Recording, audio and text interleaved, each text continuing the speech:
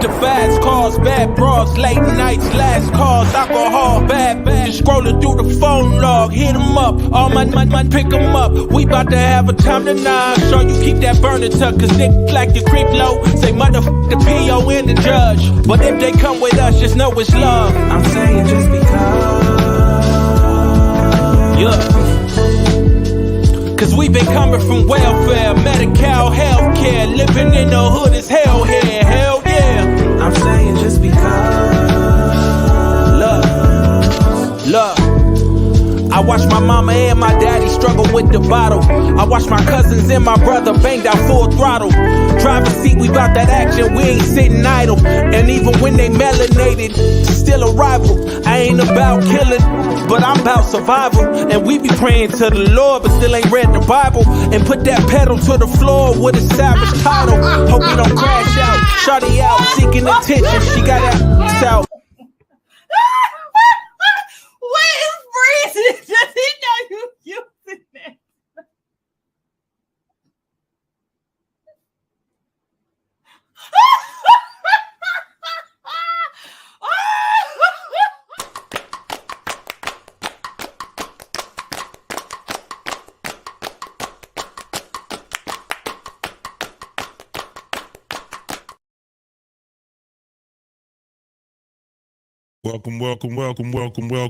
Welcome, everybody. It's your homeboy.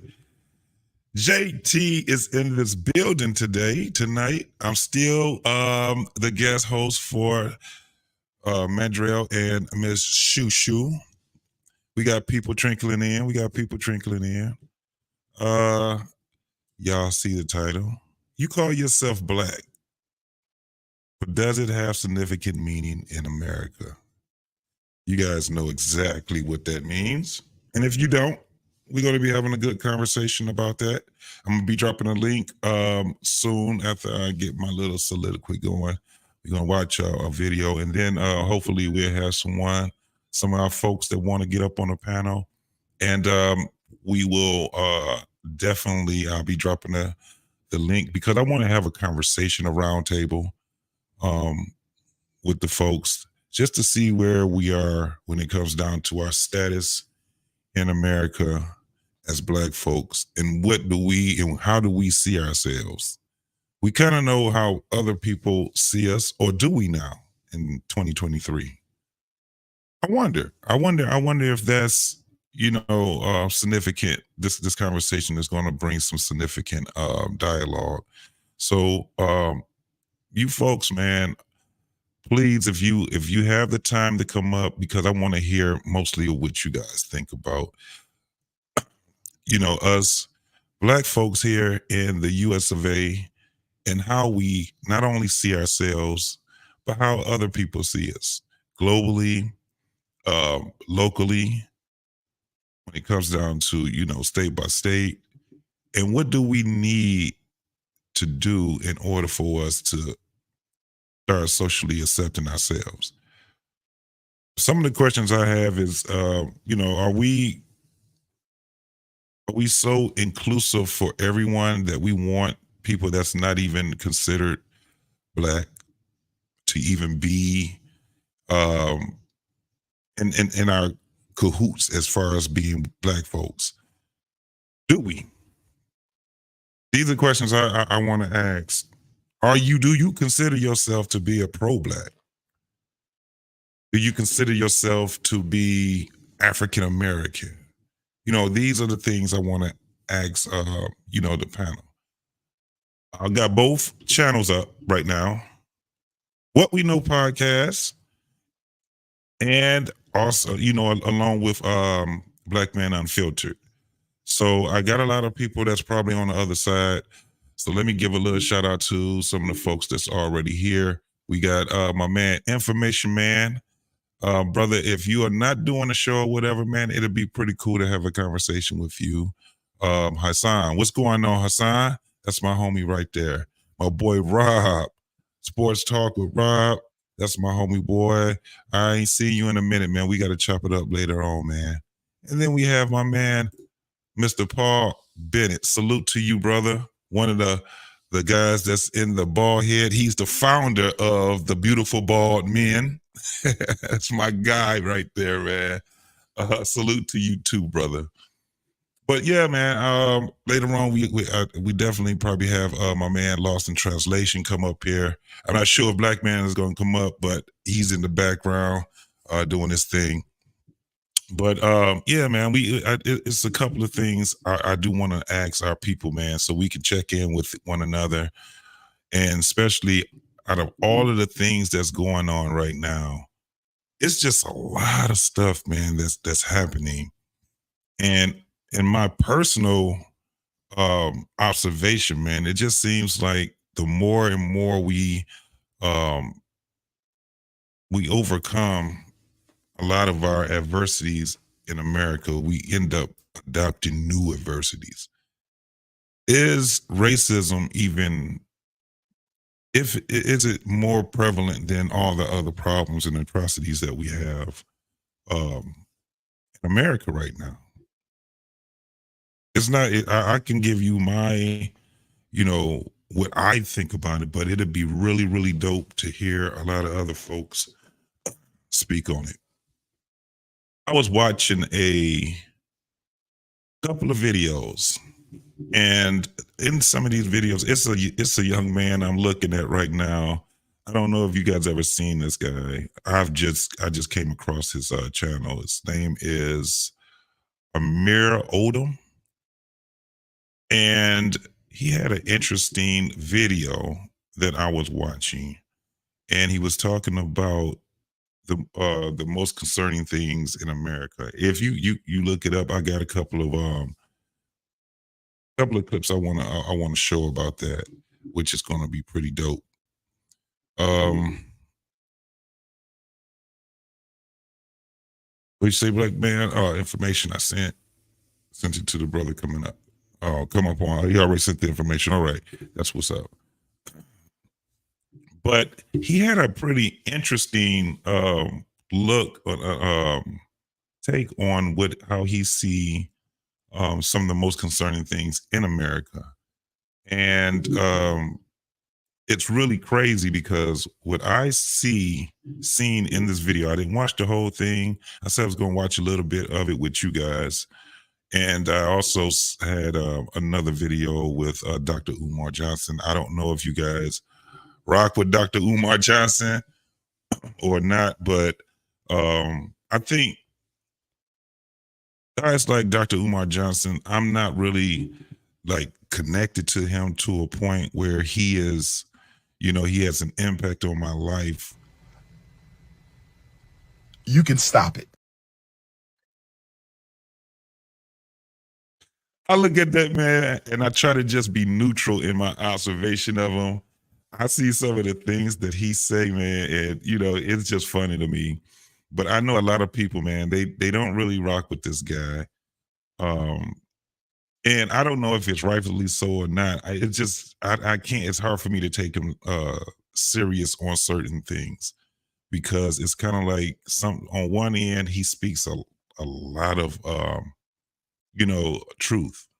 But on the other end, it seems to me as if he kind of make us like he want us to still be victims of something like that. I have no idea. Again, you guys, I want to hear what you guys have to say about Dr. Umar Johnson. What did you think about ADOS? What did you think about what's the other one? These groups, when it comes down to it's another one, Adolf, and it's the other one that what's my man name? Tariq Nasheed is I guess he's one of the founders, or he's running it. But are they significant in the world today for us to have these organizations, man? Reparations and things like that. Do you think we should, even as the heirs of our ancestors, even get reparations? And even if that's the case, how would that even look? What's going on, Luke? What's happening? He said, I'm still wondering if Umar, near finishing that school, he started raising money for 15 years ago. Man, it seemed like he talks about it, but he does not. I know he was saying that he was denied a couple of times getting that school, and it's not a lot of people that follows him. My man Rob said Umar's a goofy. He does do some goofy shit sometimes, man. You fat, bald-headed, no-neck midget. I sentence you to 3,000 lashes for conduct unbecoming a black man.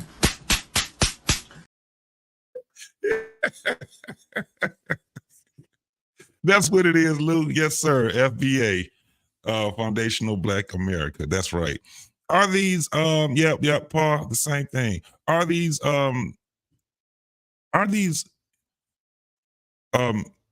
these places or these organizations, are they actually helping us as Black Americans, African Americans?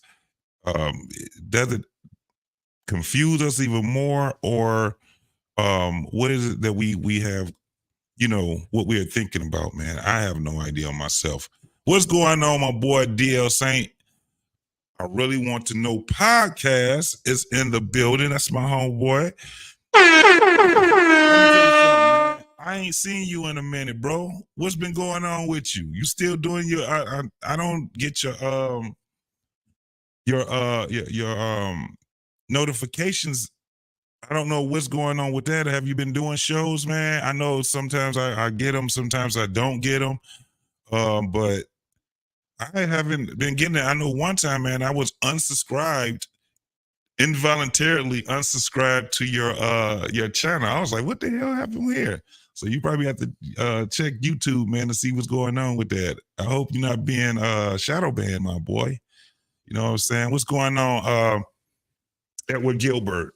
He said, I don't believe we would ever see reparations in America. That's why they are quick to give it to non-Black foreigners. Yeah. Even if we did, I want to know how that would look. Is it that they would give money, give a check? Would it be some type of pension type of thing? How would that look? One of the things when it comes down to reparations, from what I know of reparations, is that you have to have a nation in order for someone to be able to get reparations, right? Is that how ADOS end up being the what is it? Is the slaves of Americans or the what do you call it? It's the ancestors. Your ancestors were the slaves in America, something like that. So I don't know, man. Most definitely. I definitely want to have that conversation, bro. Definitely want to have that conversation. But let me see. Oh shit, I got my man in the back already. My boy DL Saint is back here already. Mr. Paul Bennett says American descendants of slaves. Yes, American descendants of slaves. That's what it is, Mr. Bennett. So how would that look? Because if that's the case, then are we to call ourselves African Americans? Do we call ourselves Black? How does that work? I'm gonna bring my man DL Saint up in this piece, man, so he can explain it, because this dude is kind of smart. He a little bit smart, you know what I'm saying? What's going on, my boy? Hey, man, don't give me that kind of pressure, bro. I don't know nothing about nothing, man. Shit, smart. Man, In a minute, I've been smart enough to stay out the penitentiary, I guess you could say that. You know what I mean? Same here. Exactly, man. You and them lions, bro. What y'all doing up there, man? Hey, look, we got the pressure on us now. Look, we here now, and we got to maintain it, man, because everybody coming for our head. So now this is where it gets really, really hard right here, man. So I'm proud of them boys, man. How you been doing, man? Oh, man, all is well, bro. I mean, I slowed down just a little bit for the month of December because of the holidays, and I was, normally I go Monday through Thursday plus shorts, and I just slowed it down for a little bit.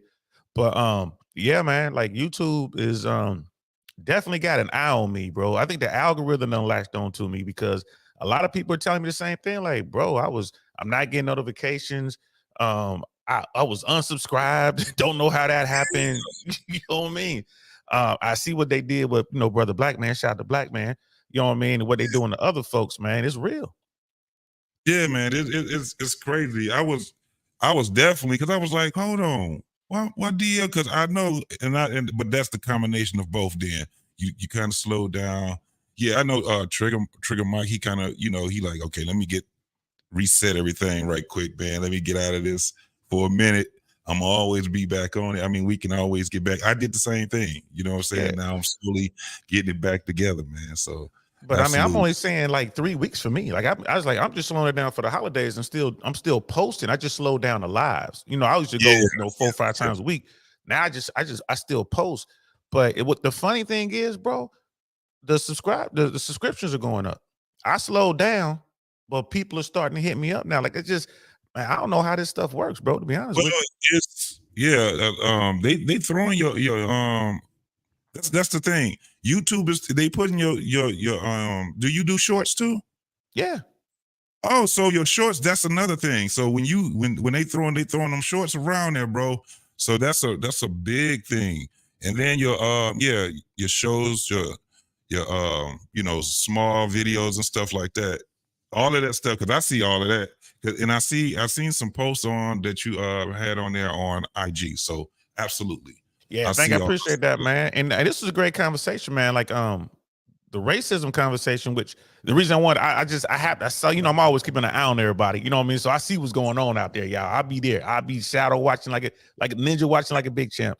But I'm like, this is a conversation that I would love to get on early. I'm pretty sure at some point we might get some folks on here and start wilding. But racism, the history of racism in America versus the rest of the world. There's a lot of things that we don't, really take into consideration when we're talking about like racism, because if you go to other parts of the world and you start talking about America's, racism, they're going to look at you funny, like, what are you talking about? Or when they tell us about their struggles, it's kind of like, what? It doesn't make sense because they different. And then reparations, man, I don't know how they're ever gonna, if they wanted to, like California is saying they're gonna do reparations, which that's the boy. They do it, I'm moving back. I'm just telling you right now, man. California, I'm moving back. Just to get back. They was making some headway. They said they was making some headway on it, man. So, but it's so hard to, you have to be a direct descendant of an American slave. Okay, how are we gonna determine that? Now I could prove it. You know what I mean? Like my family can prove it. I can prove that my ancestors were slaves. We know the plantations, all that.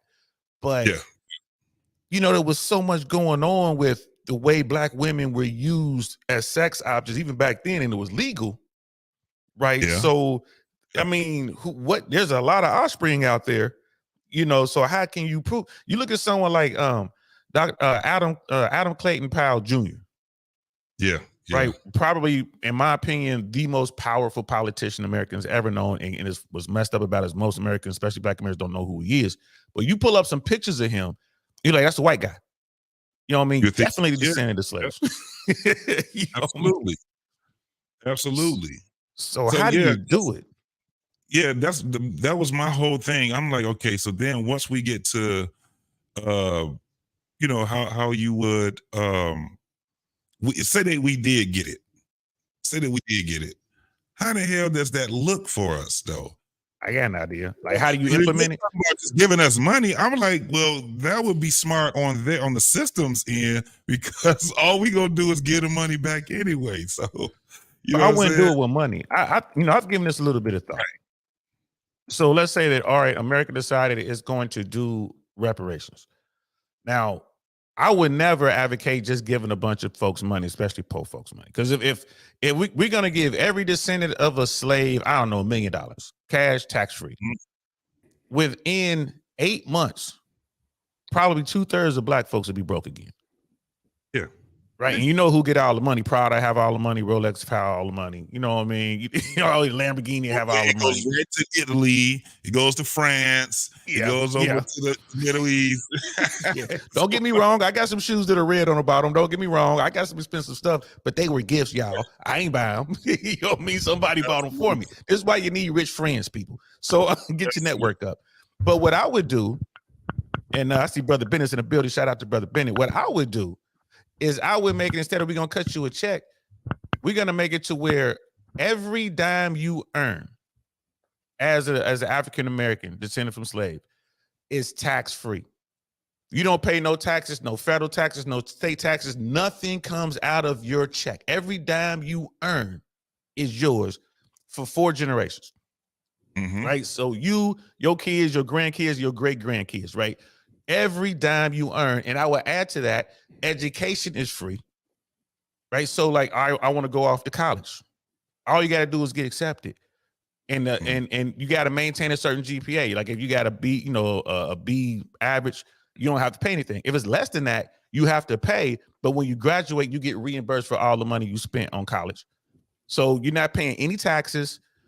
Education is free. And the last thing I would tack on to that, and people, please, this is just an idea. This is open. Please add on or take away whatever you do. But the last thing I would add to that is you get 5 loans for a home and 2 loans for commercial property.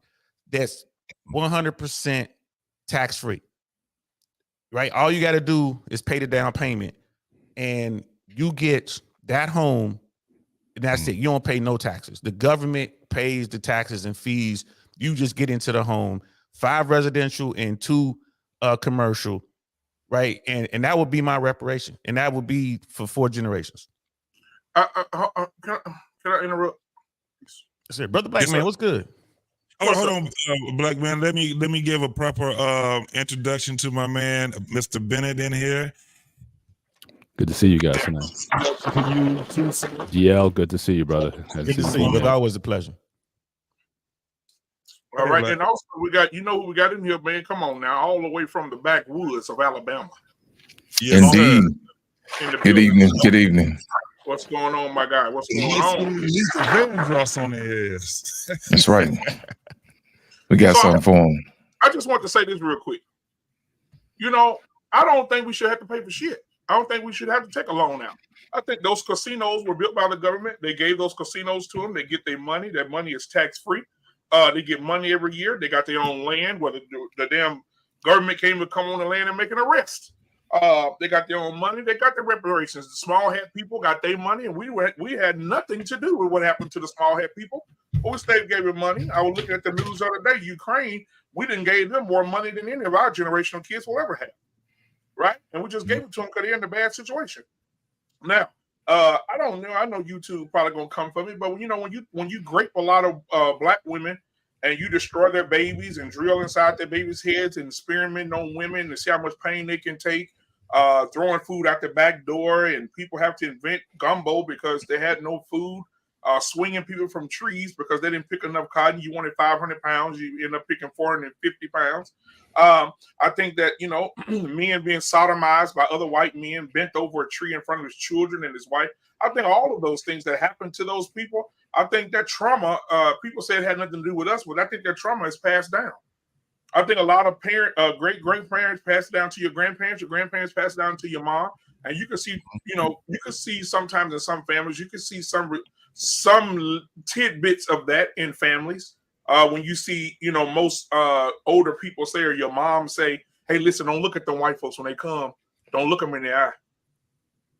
Or don't do certain things around the white folks. Or I remember my grandmother a long time ago on my dad's side, my dad's mother. She's gone and dead now. Rest in peace, Grandma. I remember her saying that on the elevator one time. I took her to get her breast exam done at the hospital, her annual breast exam. And so I was laughing and talking with her. And some white people got on the elevator, and she said, shh, them white folks on the elevator. Be quiet. Don't say nothing. Mm-hmm. You know, and to this day, so we still deal with that trauma. If you haven't heard, what's her name? Negrassi, I think it is. Mr. Benny, you may know her. She is a professor at, I can't remember what college. but she has something called post-traumatic slave syndrome, and she teaches a course on this, and it's an amazing course on how bad it is. And one of the questions she asked, and I'll land my plane here, she asked the question to the room, and the room was filled with white and black people, Mexicans, Hispanic, whatever. She said, raise your hand if you would trade, not black people, keep your hands down. Raise your hand in this room. We have about 500 people in here. Raise your hand if you would trade places with a black person. Nobody in the room of any ethnicity raised their hands. I remember that. And she said, you know what that tells me? That y'all know that black people are in a bad way. We're in a bad position. We don't have no resources. We don't have anything. And you don't want to be us. And she started going around the room asking white people, why wouldn't they want to be us? And a lot of people, well, we don't have, y'all can't get resources. Y'all can't get loans. Y'all can't buy homes. Y'all can't open your own businesses. You know what I mean? So, I mean, we're in the bed. So I think those reparations, if they do come, which they probably will never, because why would you empower powerful people? Now, some black people may fuck off their money, but there's a lot of intelligent black people that will probably invest and start buying land and probably start taking more land from people that can afford to keep it who is of another color. So why would you empower us? You never have, and I don't think you ever will. And I don't think we'll ever get reparations. And I'll land my plane there. Oh, shit. Oh, shit. All right, Mr. Bennett, you want to add something to this, man, before we go over here and answer you? I'm going to go ahead and read some more of these comments. And then we're going to go on topic also. Well, borrowing a line from The Godfather 3, every time I got out, they pull me back in. So I was just on the show before I got on here, and I was about to sign off for the night, but then I saw the topic, and then you guys pulled me back in. So I had to give my 2 cents on this one. Your question about basically what it means to be black, I think that's what really drew me in, because this is something that I had to sort of flesh out for some time, especially for my daughters. Again, all three are, in school. But what's happened over the last few years since I was in school, now, again, I grew up in the black era. So when they were saying, say it loud, I'm black and I'm proud, in the late 60s, 70s, 80s, through college, black, the organizations I belong to, 100 Black Men at Rutgers University. So, black was certainly ingrained in us. And but what my kids' generation, I think the definition got a little bit more befuddled. It got a little bit more confusing because people started associating black with solely being American. And where it really hurt my kids was in college, even though they went to schools that, predominantly black cities or whatnot, but a lot of the students there, they were essentially descendants of African immigrants. And what they started to experience was a level of bias that you would expected them to see from white people. But really, they were getting it from different ethnicities of black people. And so that was a struggle for them, because they weren't, they said, okay, all these black girls and all these, students here. And this is, especially from the town we came from, this is going to be a good thing for them. But they still experienced some of the same shades. So they were having some confusion over, what it meant to be black and, how to better embrace themselves as an ethnicity. And so I really took some time over probably a 2-year period where I really tried to really come to a proper definition in my mind. Shout out to Lost in Translation. We were talking last night about words. Now it's important to define your terms before having a conversation. And so I spent a lot of time really fleshing out an idea, a concept of what black or blackness meant. That certainly helped to clear it in my mind. And then I shared with my daughters, and it certainly helped them in terms of having not only a better sense of what blackness was, but also to embrace themselves as Black Americans, which is a different ethnicity. So you have nationality, you have ethnicity, right? And so we have to be very, precise with our terms, but you also have this thing called identity. And that's really where I define blackness. First of all, I don't believe there's such a thing as called race. I think that is a white invention. I think that is something that was put together to justify the acts that have been done to us by quote unquote pseudoscientists, to justify their actions. And that's been certainly to our detriment for the last 500 years when racial theory was founded. These ideas that have fomented over time are really things that we need to do away with. But there is such a thing called phenotype. And so for me, I kind of fleshed out an acronym, and I'm not going to try to long stroke this. I'm really going to try to summarize this as much as I can. PERIA, P-E-R-I-A. How I define blackness. The first one is phenotype. We have unique features that define us that's different from other peoples in the world. So if you can go to, it's not just about skin color. If you go to India, like southern India, Sri Lanka, you can see dark skinned people that are darker than Black David, but they got straight hair, straight noses. You can tell if they just transported all of us on this panel there, we would stick out. And even if you gave us the ability to speak their language, we would still stick out. So there are phenotype differences that distinguish us from other populations in the world. And then those differences affect our experience, especially when we engage with other people who are not like us. So again, the experiences that people encounter, if you look in all these populations, go to South Africa, go to the Caribbean, anywhere where there's been interactions between Black and non-Black people, the experience is oftentimes the same. If you look at, especially at Afro-Latinos, you look at their conditions, what's happening to Africans in Europe, all these experiences are the same. They're typically at the bottoms. They're at the bottom economically. They're at the bottom socially. They're at the bottom health outcomes, the bottoms opportunity-wise, the bottom in visibility. Like I always talk about, Latin TV. Like if you watch Telemundo or Univision, you don't see Black people on there, even though those populations have more Black people than we do.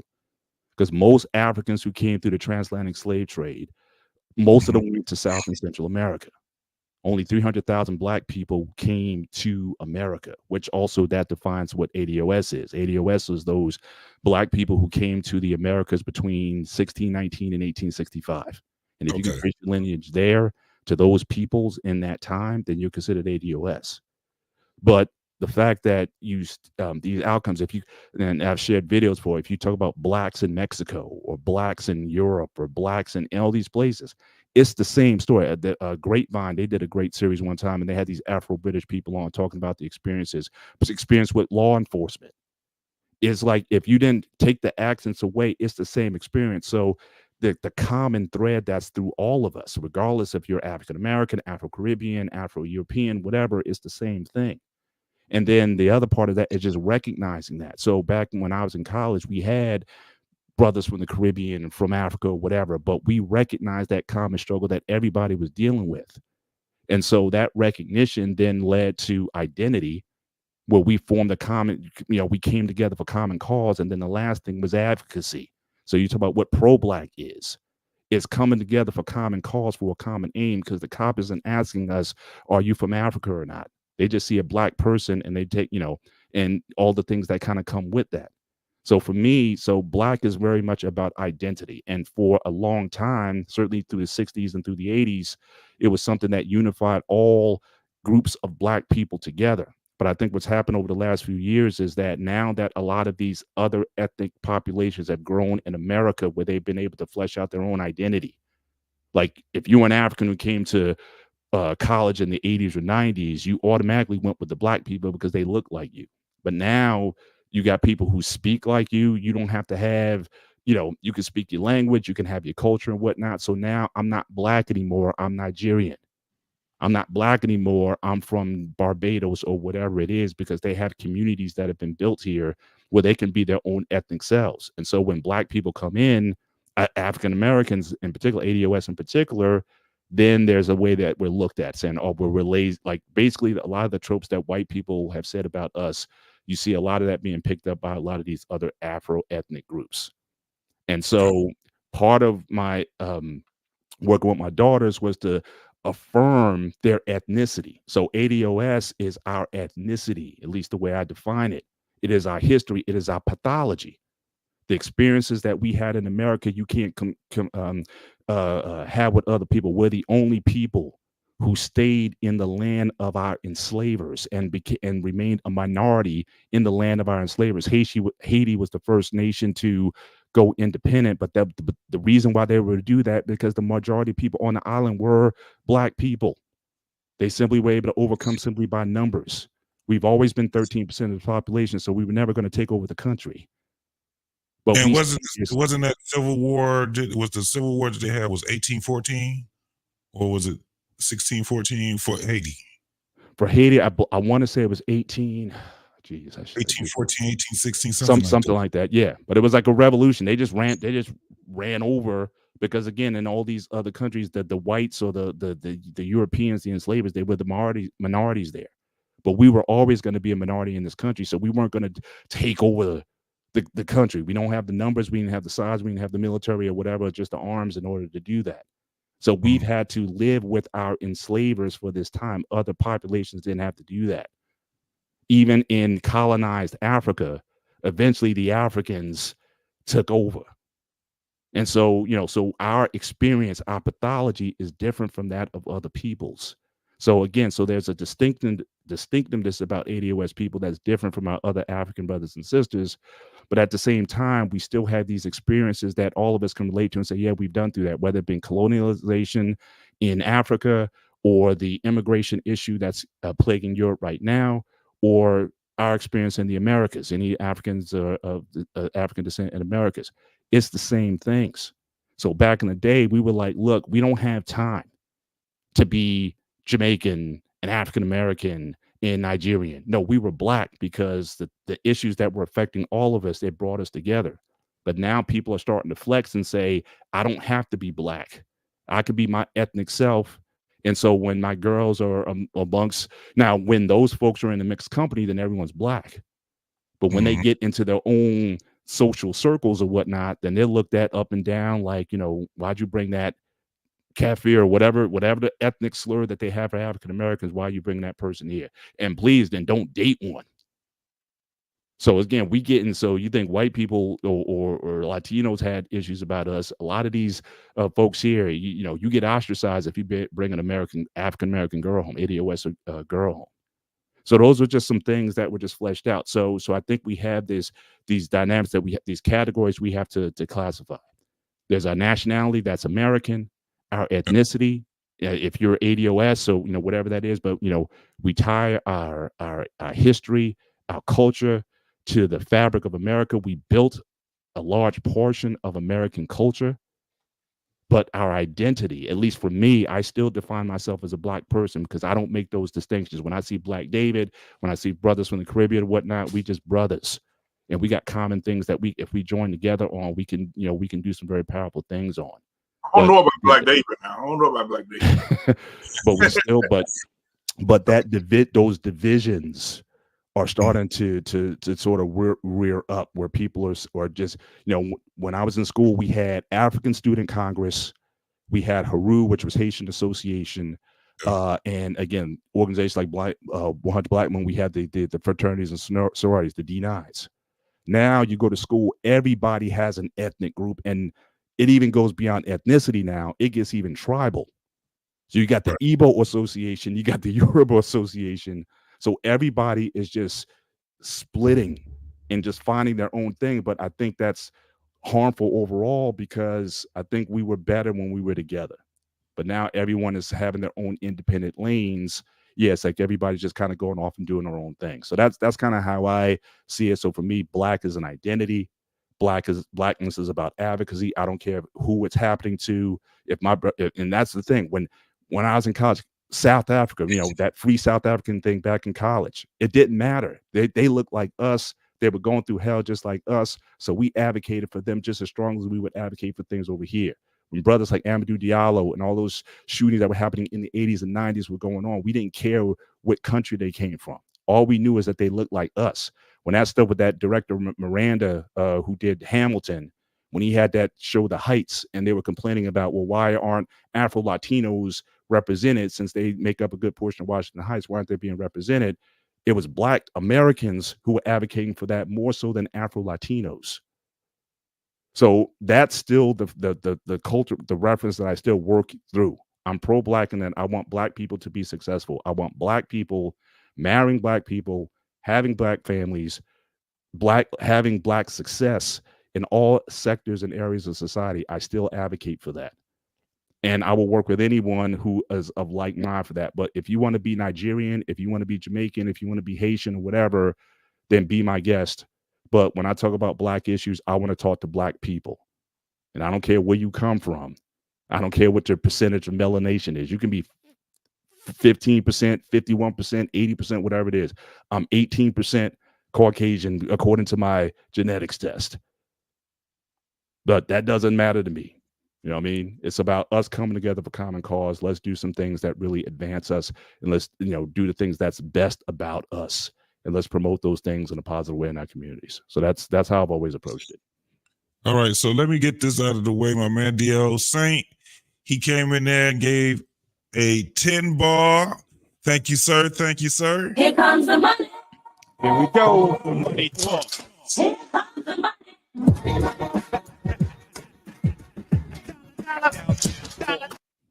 Right.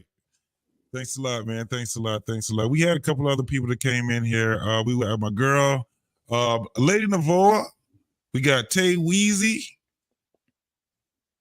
Welcome, welcome, welcome.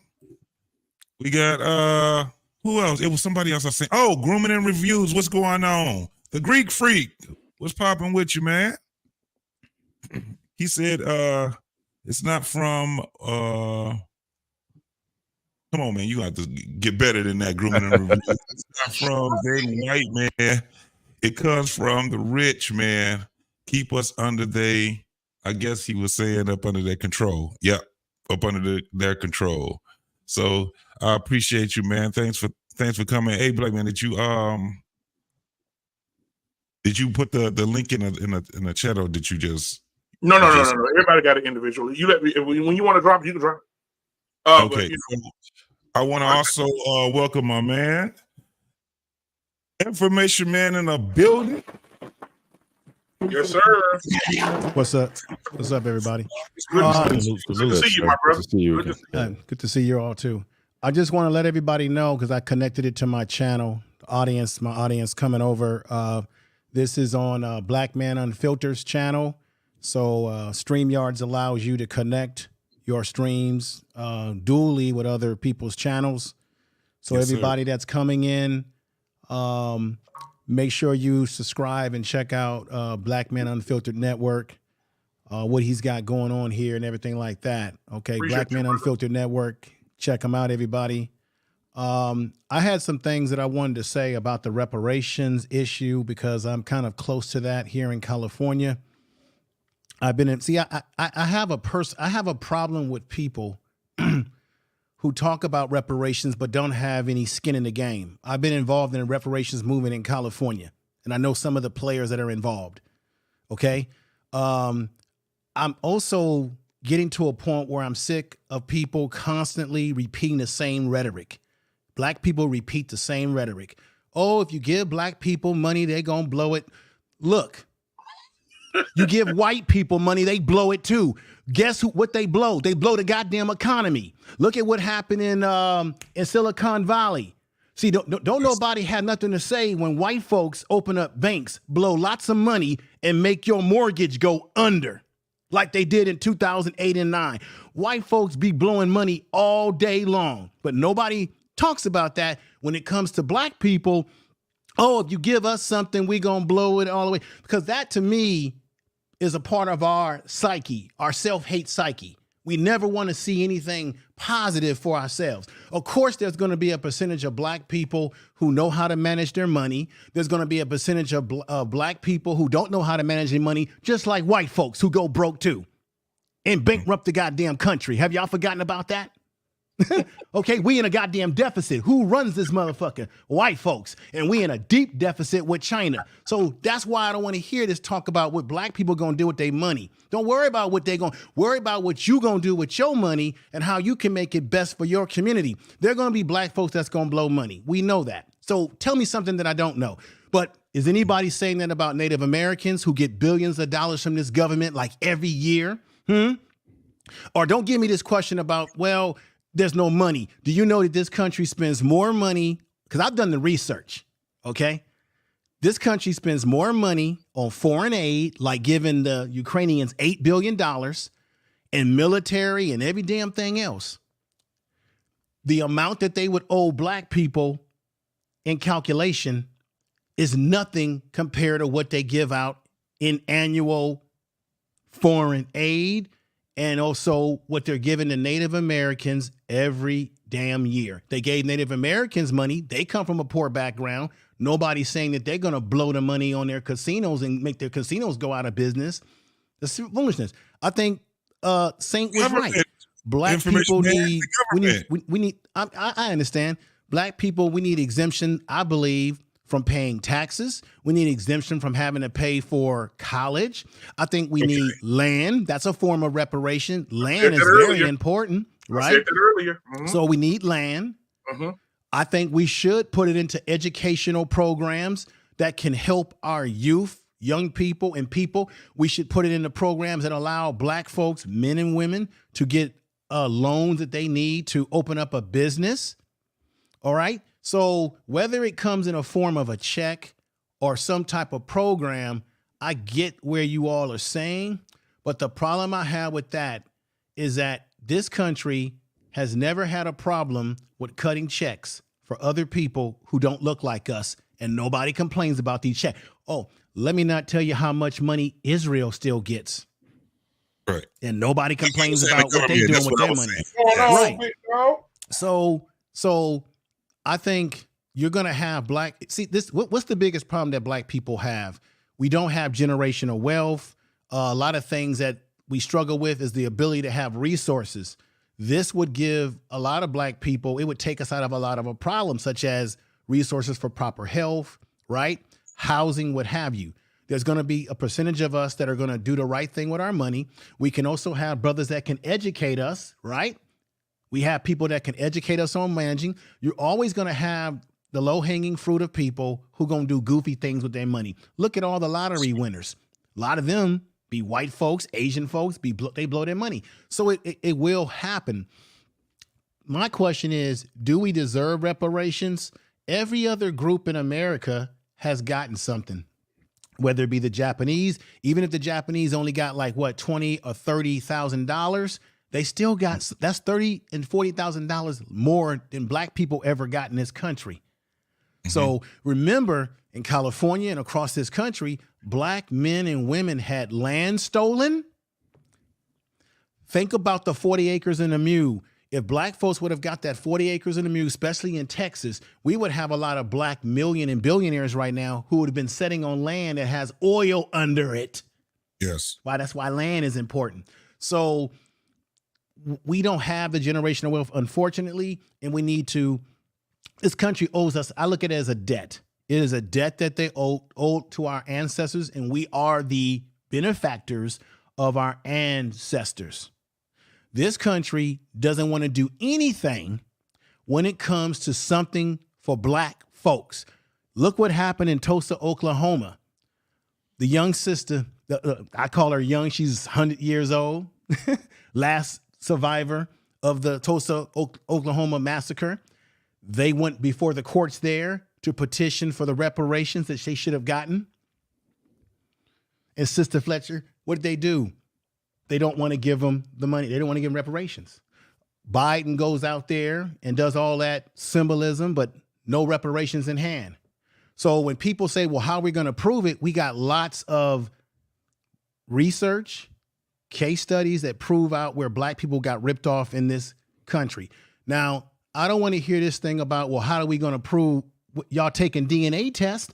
Ain't nobody complaining about, oh, I took a DNA test and it says I got 20% European, and y'all get happy when y'all find out y'all got some European in you or anything that's black. But all of a sudden y'all say, when it comes to black people proving our lineage, oh, how we going to do it? You know how to find out whether you got some damn Spanish in your blood. Let's stop bullshitting around. There's the African DNA. There's plenty of ways to identify people. Okay? Because remember, they kept plenty of records. My family, my mom, my father, we did extensive research. It's out there. I think people just get too lazy and they don't want to do the research and they just want, shit to fall in their hands. We have to work towards anything that we feel we're worth getting. Now, do I expect the government to just drop it in our lap tomorrow? No. That doesn't mean that we can't ride a bike and chew gum and still do what?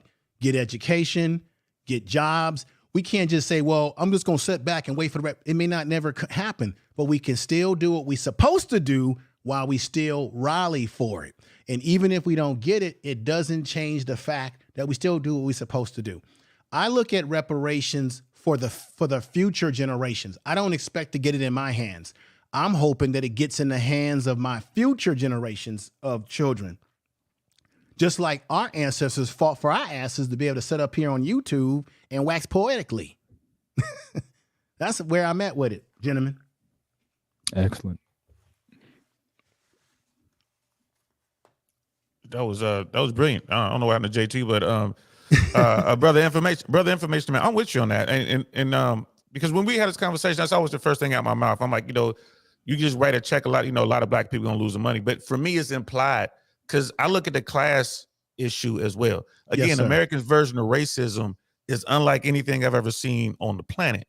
We have a caste system within our racist system.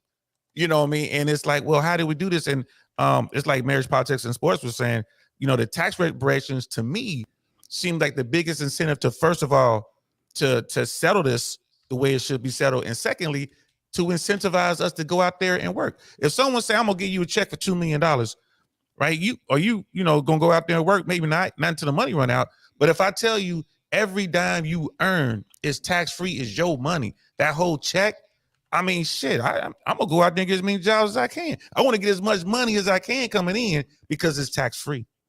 Right.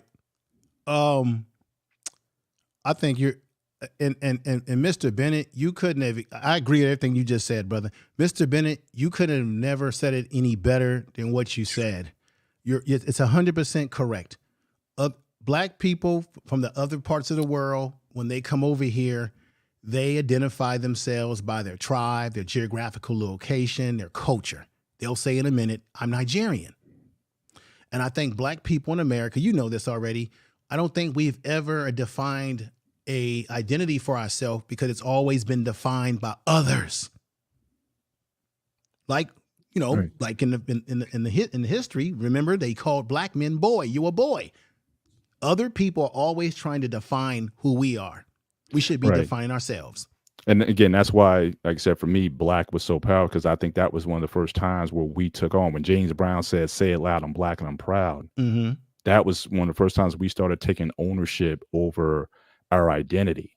And for the other peoples who were there, who were here, I think they all adopted that at some point. Like I said, if you came from Nigeria, for example, in the 80s or the 70s or whatever, obviously you didn't have a lot of people who were from your tribe or country or whatever. So you just went automatically. So it was like by necessity, folks gathered together out of necessity to do things. But like I said, I think in recent years, now that these communities have grown, just like other communities now, I mean, you have whole populations in America that are totally ethnic. Like, you go to Miami, like, you don't have to know English in a lot of parts of the country because these populations are so big. And in New York, you got Brighton Beach where, you don't have to know English. You can speak Russian because there's so much business and just the cultures that have been built up that you don't, have to necessarily become Americanized or what they call, blend in or whatever into America. You can be your ethnic self.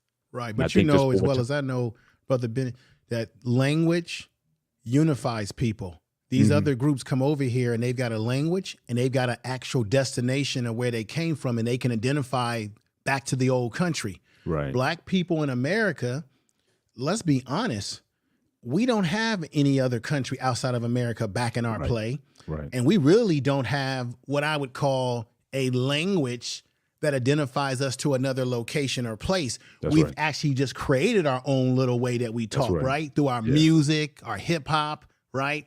Our jazz. So black people had to create their own expression in America based on the climate that what we were going through. Am I correct or wrong? Yes. And that's the part that, especially like I said, for my daughters, I wanted them to embrace that your past, your lineage is part of the fabric that actually built the country. So embrace the fact that you're ADOS, because again, you would get around some of these groups that, oh, well, Black Americans have no culture. I mean, and you even have Americans saying that, you know, and again, I know, especially with where hip hop culture has gone from where it started and whatnot, certainly there's a lot of things to be critical about in the culture. But the idea that we don't have a culture has been something that I think has plagued a lot of younger millennials in Zers, especially from these people who come from these other cultures and whatnot. So again, part of my goal was to have my daughters to be proud of who they came from, the ancestors that came before them, the ones who built the country, who protested, who marched, who went through the sacrifice, your grandparents who went through the voting and the poll taxes, all the things that they overcame so that you can have. Embrace that as your culture. Embrace that as part of your lineage, is something to be proud of, and don't feel less than because you don't speak Swahili or whatever the language is or whatever. No, I mean, what we've had to overcome here, being, again, and Bernard said, we're the only ones. Think of any other culture in the world. We're the only ones where we were enslaved for 400, and then we were a minority in the country living next to our former slave masters for that time. And yet we've been able to overcome so much. Take pride in that. Be proud of that. And use that as a platform to launch forward to do even greater things because of what's already been overcome for you. So again, the ADOS thing for me I know a lot of it started with reparations, but it wasn't even about reparations for me. It was about really having my kids being able to say, look, I am American, I am proud, I'm African American, I'm ADOS, whatever you want to call yourselves, but take pride in that, of the people that you come from.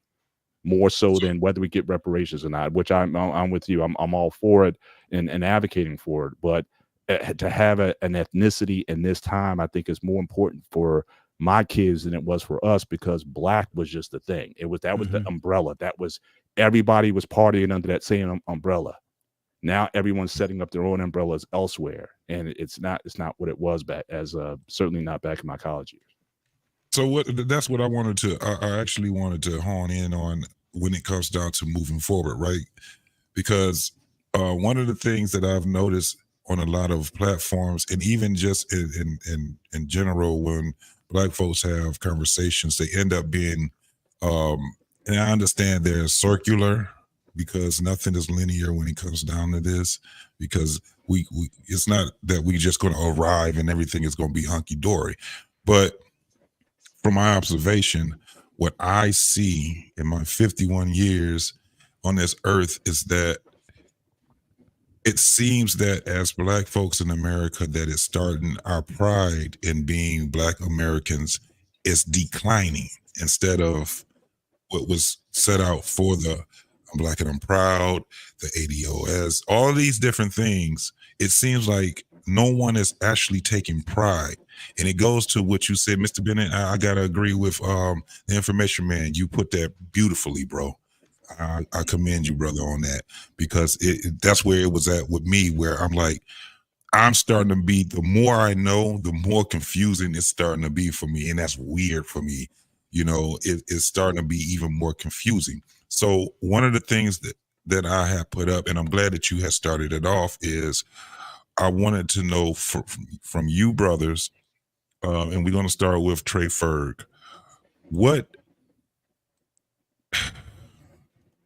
is being Black in America to yourself? What is that? What is being Black?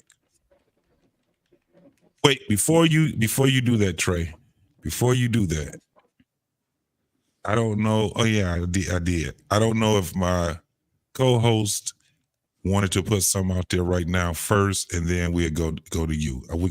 That's who we'll start with. We'll start with my man.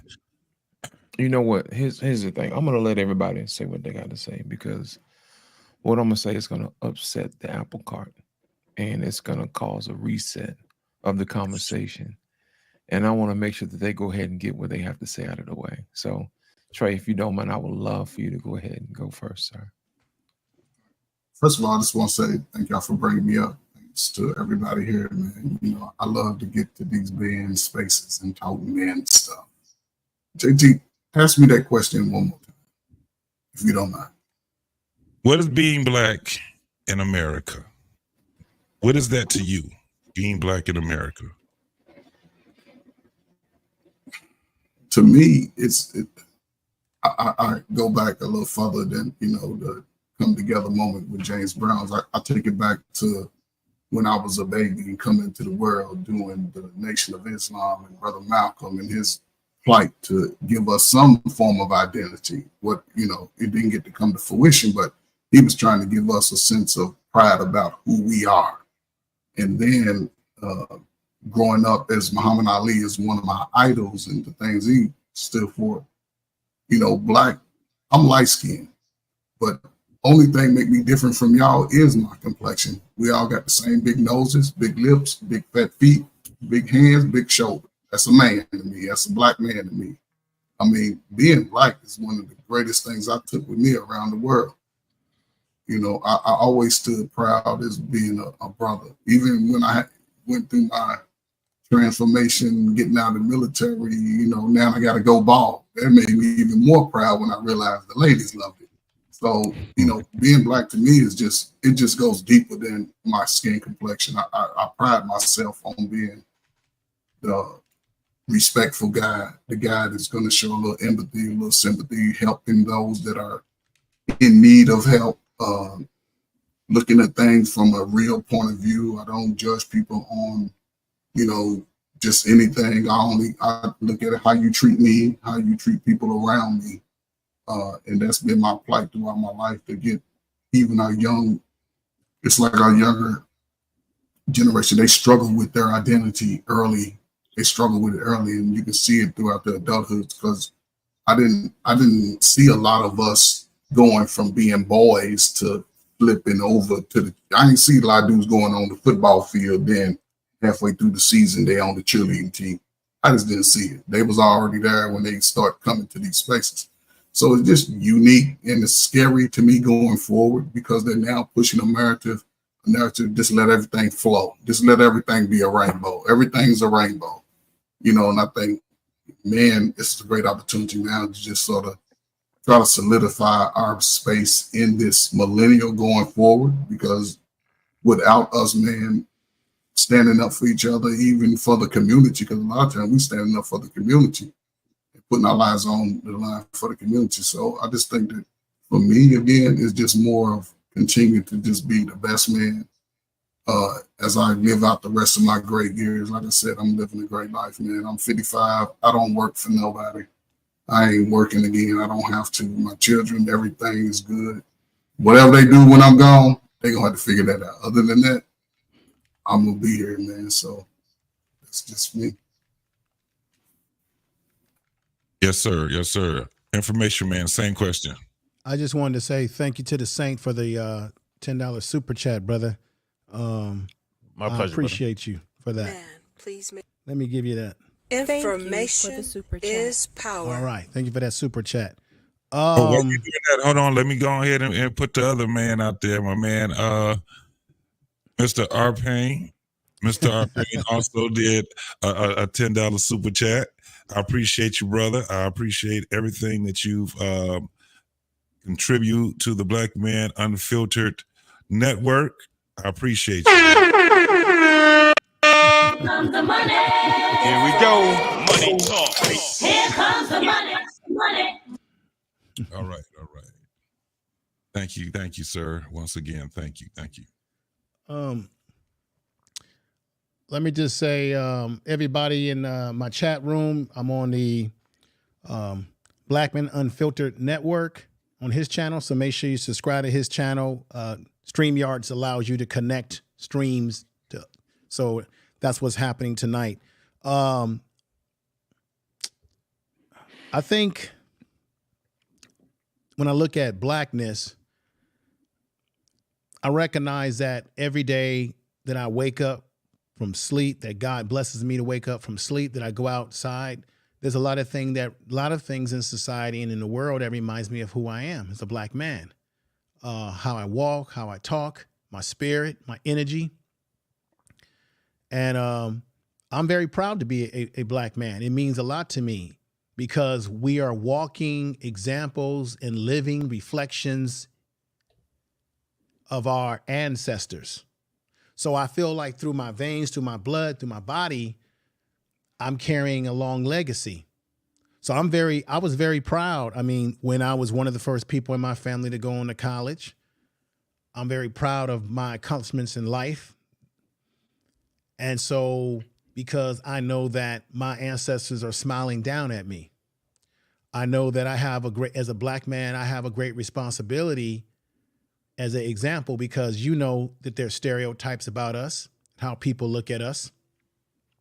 So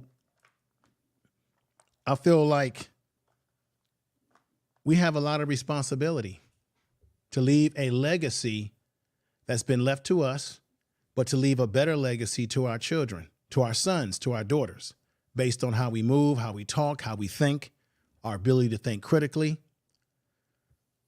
our ability to tell our kids, no matter what people say about you, you are great. Because I remember a time when you went to school, they would try to demonize and try to make it seem like black people couldn't accomplish anything. So I think we have more than any other group in the world and in this country, we have so much on our shoulders, so much that's expected of us, right? When we come from out of our families, because once again, the legacy is right on our shoulders to carry. So I think blackness is not only just your skin tone, but I think blackness is the universe, right? Melanin. What do y'all know about melanin, right? You know that the universe was created by melanin, black holes. So there's something very cosmic about being a black person, about being a black man, in my opinion, something divine to it. I'll stop there. All right. All right. Hey, I'd like to welcome my man, Mr. Ricky, Uncle Ricky, and with the column. What's going on, Tom? What's going on, Ricky? You on mute, bro. Ricky, get yourself on mute, brother. Oh, peace, my brothers. Peace to the gods and goddess. How y'all doing? My apologies for being late, man. I had to read. I had to put some education out there. So, what was the question so I can answer accordingly, please? Okay, the question is, what is being black in America?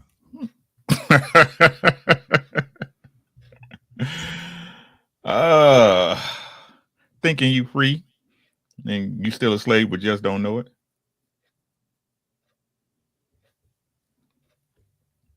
What do you think that being black should be something that we should be proud of in America? No. I wish we stopped using it. I wish we stopped calling ourselves black. You're not black.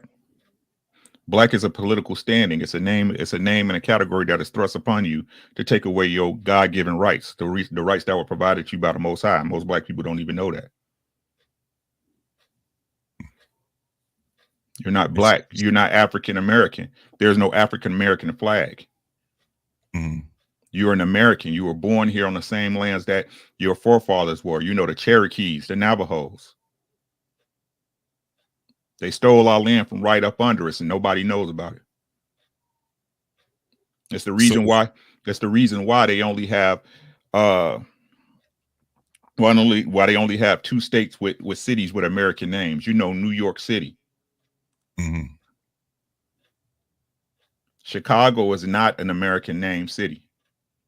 Neither is Mississippi nor Louisiana. Yeah, it's Native American names. Milwaukee. See, what black folks don't know is that everyone, and I'm gonna say this again, people don't understand, right? It is not physically possible to ship how many slaves they said in that amount of time. What is easier business wise? I need y'all to. How many of you guys deal with business on a day-to-day basis? Yeah, I do. All right, so let's put it in the money. Let's put it in the money game. What's cheaper? Is it cheaper to export, not today, But back then, was it cheaper to export slaves, which means you're going to lose some slaves? You have to pay for transport. You have to pay for boats. We all know these required loans from the royal families, correct? Yes, Right. absolutely. Right?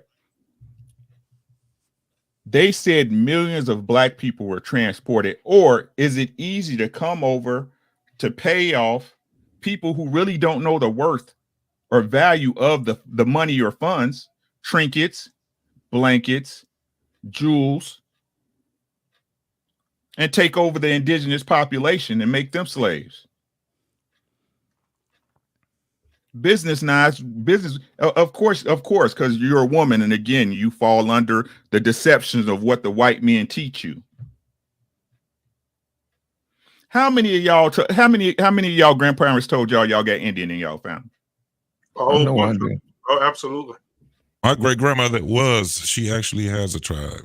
Absolutely. Exactly. Hey, Hold on. Uncle Let me finish. Let me go ahead, explain. bro. I got you, Go right? ahead, Right. brother. And this is how crazy our people is to not realize this. When you look at the so-called Native Americans, the $5 Indians, right, that have their reservations, do they not get a stipend of money every month if you're part of their nation or tribe? Yep. Don't they get a recoup from the casinos that's allowed to be on their land? Tax free. Can a cop of the state go on a reservation and arrest an Indian? Nope. That's the treaty we were supposed to be under. But y'all okay with being black? Well, then let me ask this question, because you're talking to a brother. I'm listening to you talk. I'm a brother that's a descendant of freemen. And you do know that there were Native American tribes that enslaved some black people in the South, especially Cherokee, because black people like to always pull Cherokee out their ass. They were heavily involved in bounty hunting us. Now, I agree with you, brother, that we have a lot of history that we need to learn and that we're blind to. But this what bothers me about people who talk about we're Native American, that narrative. Most of the people who say that, when the hell are you going to unite? If the Native Americans are the ones that we think are Native American that are $5, like you say, $5, if they're getting money from the government right now and they're getting casinos, whatever we want to call it, why don't us black folks who get on these YouTube streets and talk about, I'm Native American, we got this, we're this. When are we going to collectively come together on code to get what is rightfully ours, such as the very benefits that these other so-called Native Americans are getting that they're calling Native Americans? When are we going to do that? We do a lot of talking about what we think we are. If we know we that, then what the hell are we doing about trying to get such benefits that are due us if we are the original Native Americans?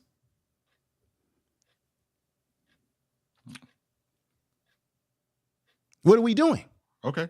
I mean, I'm just saying, because I hear I hear Dan Calloway talking about this. I hear what you're saying. You're making powerful statements here.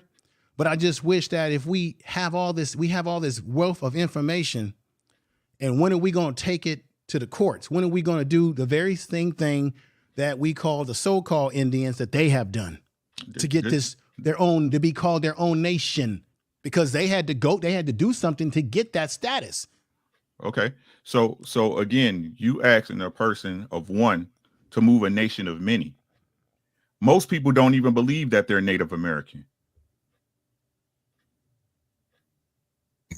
You got to believe it first, correct? Right, but brother, there's a whole movement in black YouTube in particular. I've been on these streets for a long time, brother.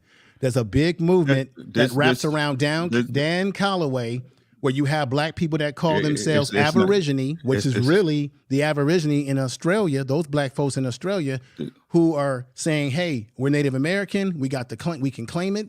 But I never see anybody in these movements. I'm not saying you as an individual, but I never see people in these movements push it forward to be recognized and to show, hey, we are the real. I don't see people doing that. That's a great point. But again, that's all I'm saying. I'm not indicting you. No, it's not about indicting. I'm just answering your question. You see what I'm saying? Yes, sir. The point is that the first thing you have to do to go through any cause is to believe that that's what you are. That's true.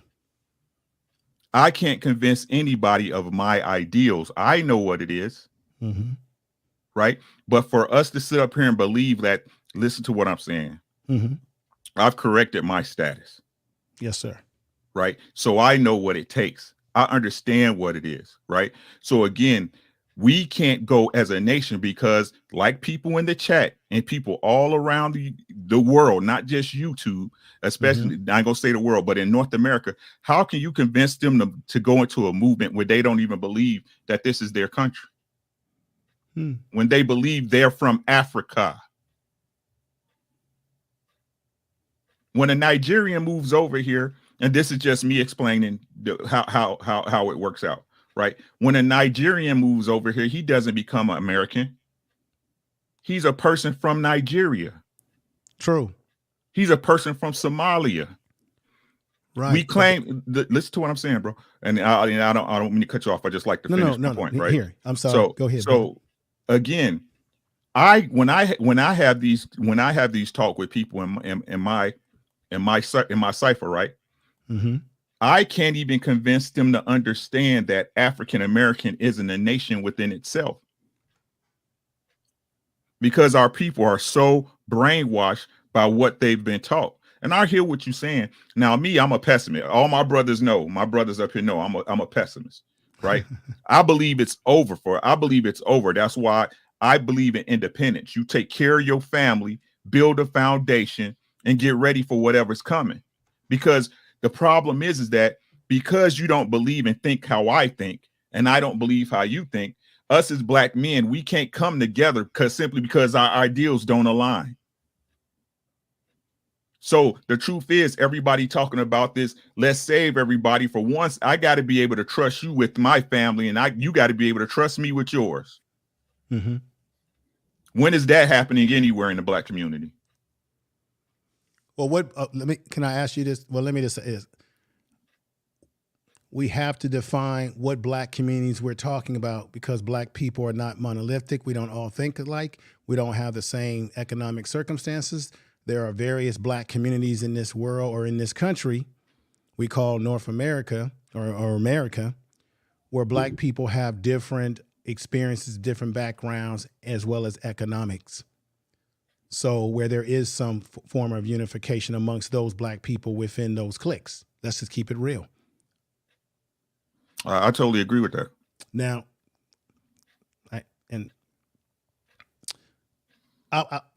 what I was going to say to what you had said earlier too, brother, is that we should never, this is just my opinion, I don't think we should compare ourselves, and I'm not saying that you said that though, to other black people that come from other parts of the diaspora. You know why? Because they come over here with their culture intact. They know their name, they know their language, they know their tribe, they know the history, in some cases, of their family line.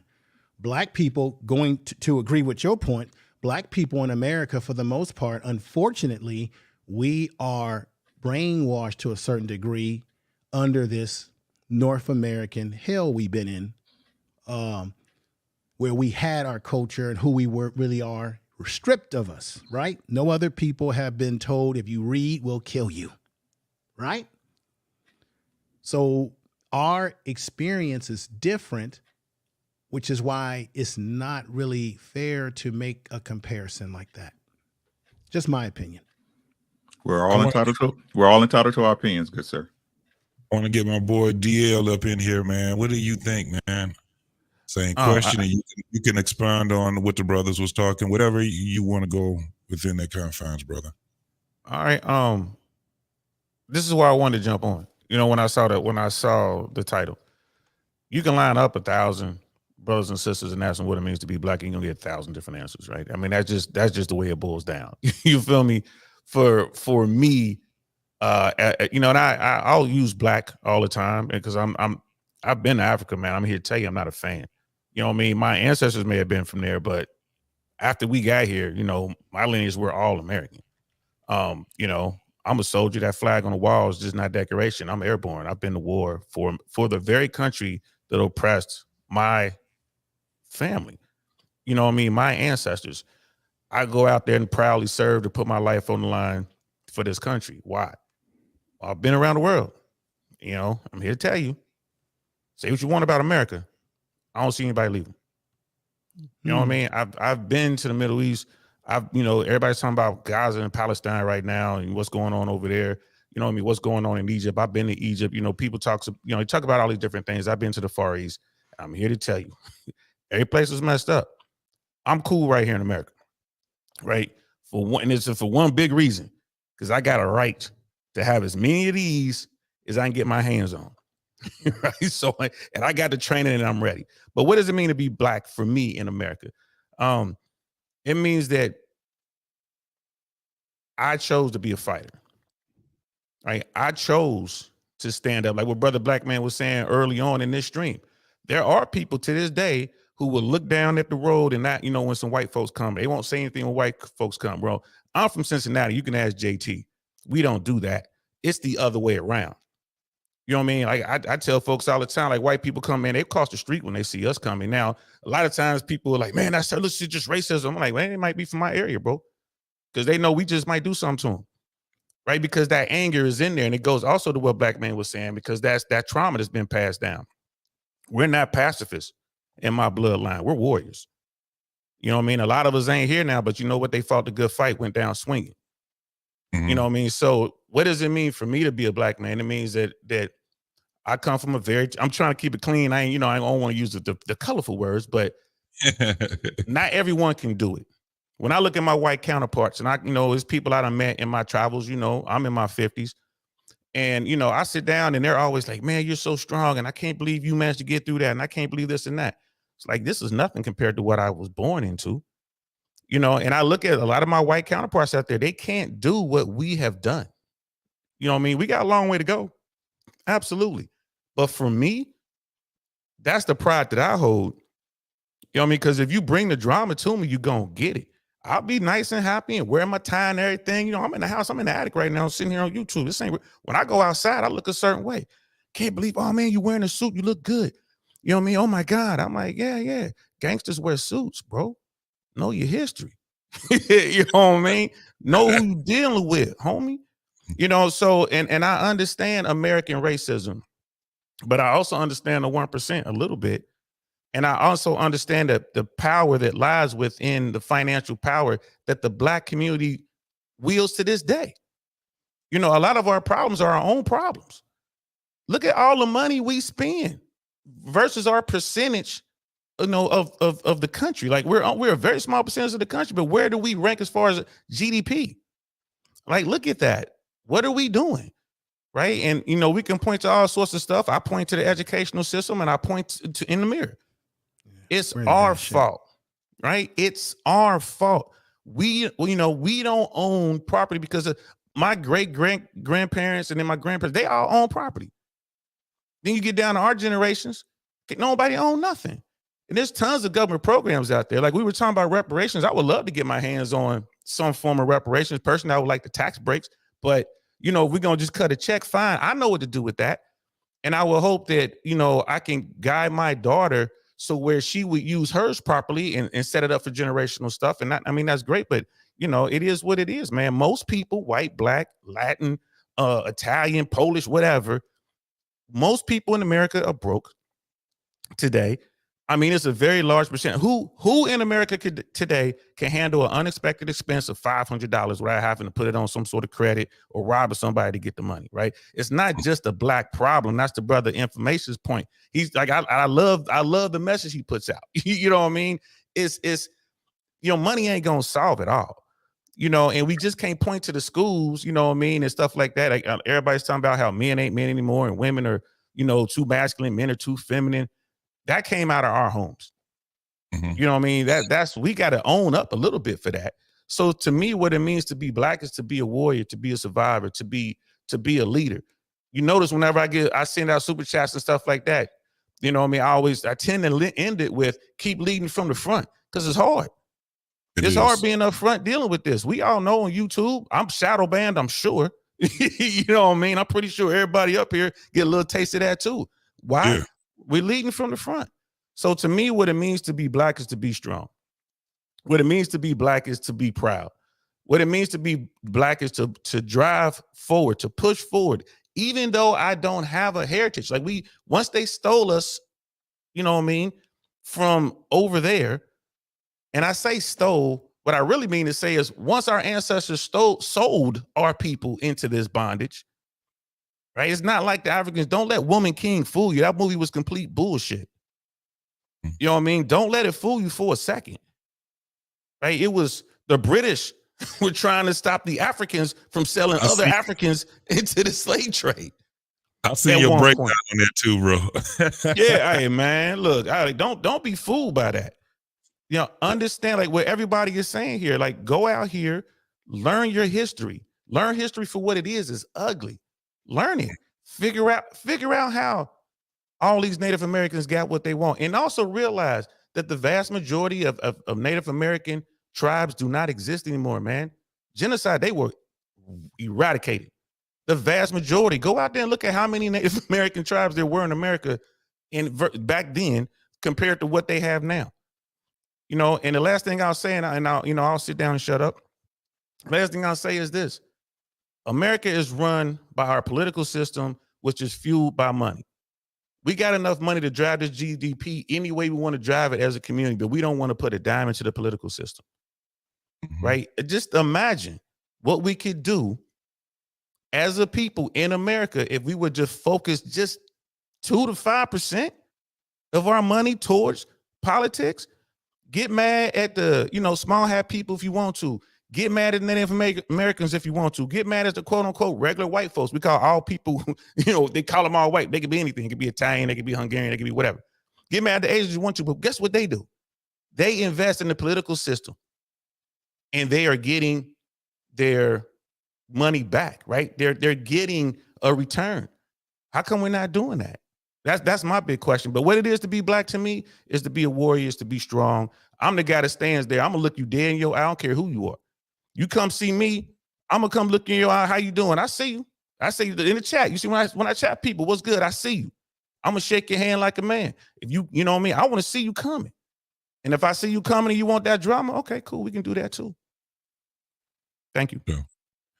I know like that's one of the things I wanted to do is get different perspectives of it so we can, like, everything that you guys have been saying, man, everybody has been on point with it.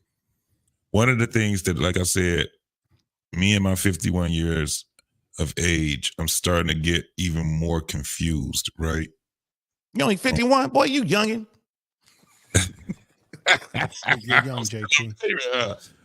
But it's starting to be, and it's funny because I didn't expect to be as confused as I've been probably in the past year, just based off of not just history, but trying to figure out how we can drive this thing forward as people. Do we do it as, a unit of black folks? Do we do it as a co-op with other ethnicities? Do we do it?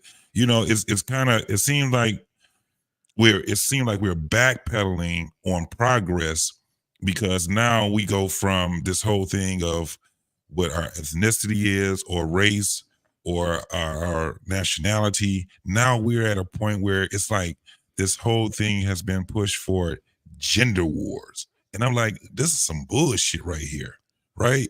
Because that's, in my opinion, fighting a community or a nation from the inside out.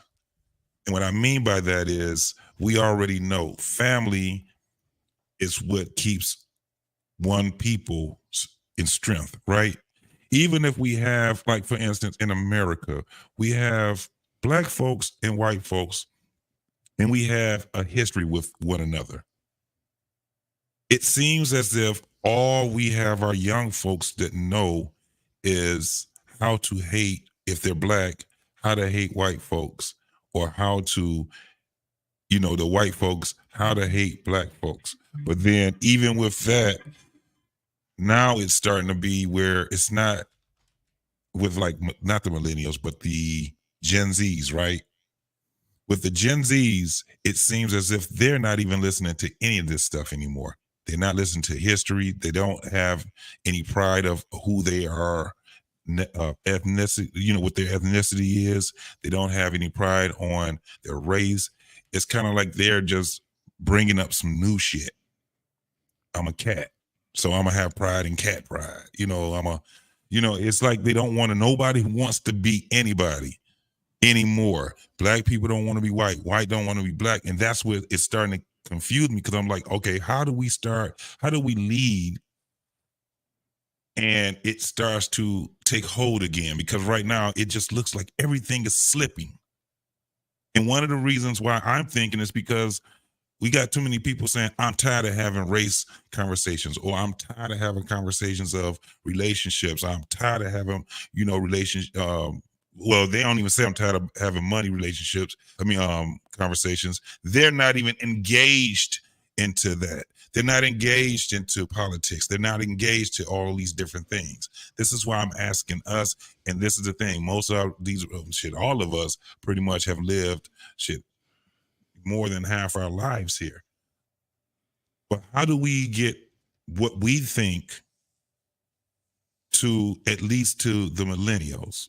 Because this is, I'm telling you, man, this is it's just confusing me. And I thought that I was going to be at a point where I could just at least say with my people that we have at least gotten to another level where we can have new problems. It seems like we do got new problems, but the new problem we have has regressed us. You get what I'm saying? So right. Pride into being black. Can we do that? Because again, from Brother Ricky, what he was saying, nah, that black shit, you shouldn't call yourself black. And I agree with him. Information Man, you had a show on that whole thing on black being a status before. So we understand that, but I don't think that the message will come to the people that actually needs to get the real message. I understand it. I'm like, oh shit, we calling ourselves black, but it doesn't mean that we don't have to call ourselves black. I think we need to take that and actually make it mean something. It was kind of like what Mr. Bennett was saying. This is why I'm asking you guys, what does being black to you is? You being black. Are you proud of being a black American? Are you proud of, all these different things? So the thing is now, what I want to see if you brothers actually can agree upon this. I had another one that I wanted to ask.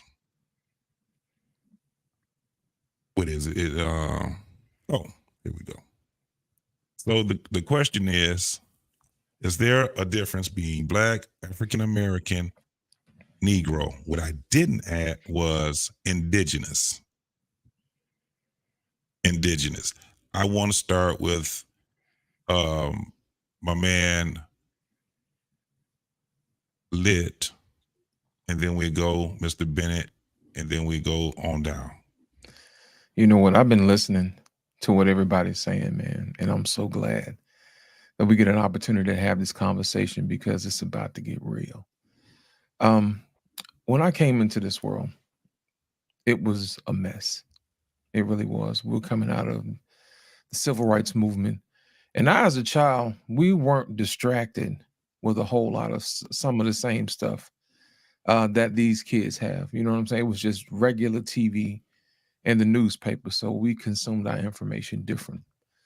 Well, the problem with us now is that our information is consumed from different places and for different reasons. Basically, our problem is with Black people is that we're distracted. You know what I'm saying? I'm going to give y'all an example. When I was roughly about 9 years old, I had a very, very curious imagination. So in my dad's basement, I used to work on different projects and stuff like that just on my own, because back then being an inventor was the Black thing to do. You see what I'm saying? Coming up with different things. So long before I had information about who certain people were or what other people did, I just basically did what I do. And basically I came up with a concept of wireless energy. Well, it wasn't until I got to high school and I did more research, I found out who Nikola Tesla was. And I was like, well, that'd go. But I didn't realize that he never patented none of his stuff. I was like, okay, let me see what's going on with this. So after that, I started finding out, I started watching, this is right around the same time Windows, Microsoft, Apple, all this other stuff came out. So I used to pay attention to them. They used to make their money, I don't know if people know this or not, by patents. It's called first mover advantage. So what happened was these people were making billions and millions of dollars off of people copying their patent. They really didn't come up with nothing. They just bought other people's patents and started suing them. Well, guess what? We as Black people should do the same thing. You know, we should get back to inventing things. And I think that's what brought us to being Black and proud. We were proud because of what we did instead of who we are. You see what I'm saying? Because what we did binds us to being proud of something that we did. We don't do a lot of that stuff anymore. We take our degrees and hang them up on the wall instead of taking them and putting them to use in the community. That's our problem. We have a problem with wanting to be accepted, wanting to be acknowledged so bad that we forgot to do the actual work. You see what I'm saying? So my thing is this, I want Black people to get back to doing. That's the only economic move that we have left to make. You see what I'm saying? Our labor, our thought processes, all of this other stuff that we do was what really made us great, not just because of who we are. People are not going to respect you because of the skin color that you have. It's going to be the content of your character. You understand what I'm saying? It's going to be what you do. Now, my thing is this, in order for you to do that, you have to have positive images of yourself. So in order for us to do that, we have to make sure that when we're present, that we're articulate and that we represent ourselves in such a way where people say, you know what, I want to be associated with them. I don't know if y'all remember this or not, but back in the 90s and the 2000s, they had this show called Cops, where every time you turn Cops on, who were they chasing? They were chasing us. And it made it seem like we were always the ones who were the degenerates, always the ones who were stealing and up to no good. Well, guess what? They still doing that same thing with TikTok and YouTube, and everybody's distracted doing these little funky little dances instead of us getting back to reinventing ourselves. You see what I'm saying? Going back to make sure that we are the ones that people come to when they need things done. You see what I'm saying? We need to get back to being the brain trust. You see what I'm saying? And I think a lot of times people, when you think of Chinese, you think about cheap labor. You know what I'm saying? You don't really think of them as being innovators. That's what we used to do. People used to come to America and say, you know what? Those people over there are the inventors. Those people are the Imagineers. Those people are the ones who come up with the ideas and everybody else just copies. But if you go back and you do the numbers, America ain't even in the top 3 no more, y'all. You know what I'm saying? Our kids are slowly slipping away because we have a problem with our identity, because we're doing bad business with each other. So until we start getting our business back together between each other, then we can inspire another generation to say, you know what? I'm proud to be Black. I'm proud to be an American. I'm proud to be who I am because I serve a purpose. You see what I'm saying? And the minute we start having first mover advantages in other situations, that's when you start making money. That's when you start getting patents. That's when people have to pay you for the work that you did. We have to get back to work, people. That's what we have to do. And all this, dividing up this, that, and the other, my whole thing is this. The only reason why we divided is because we're fighting over a story we never wrote. We never wrote any of this. What if I told you that everything that you were told was a bald-faced lie? Everything that you were taught was a bald-faced lie. Who's writing it? Who has the advantage? I'm teaching you to think for yourself. Think about this for a minute. Uncle Ricky hit on something a minute ago. He said there were some cities here in America that were already here. You know what I'm saying? That had Native American names. For one, Chicago was one of them. Chilago. That's what they used to call it. What people don't realize is they used to have world fairs all across this country they don't have anymore. You know why, don't you? Because people were already here. And what they did was to hide it. They burned it all down. You see what I'm saying? So guess what? They did a reset. If you go back and you find a whole lot of these other statues or whatever, they have 2 dates. They have a date that starts with a 7, and then they have another date that starts with a 17. What time frame are we living in? If somebody else controls the narrative, they control how you think. I'm trying to teach you how to think for yourself. What is really going on? What if we already had a civilization here and somebody stole it? Somebody burned it to the ground and gave you a new narrative, ran it backwards, so to speak, and said, you know what? You were just a slave. Instead of saying you were an innovator. What if you were a peaceful, imaginative people who built buildings, pyramids, things they still can't build to this day? You see what I'm saying? That speaks to a much older civilization. You see what I'm saying?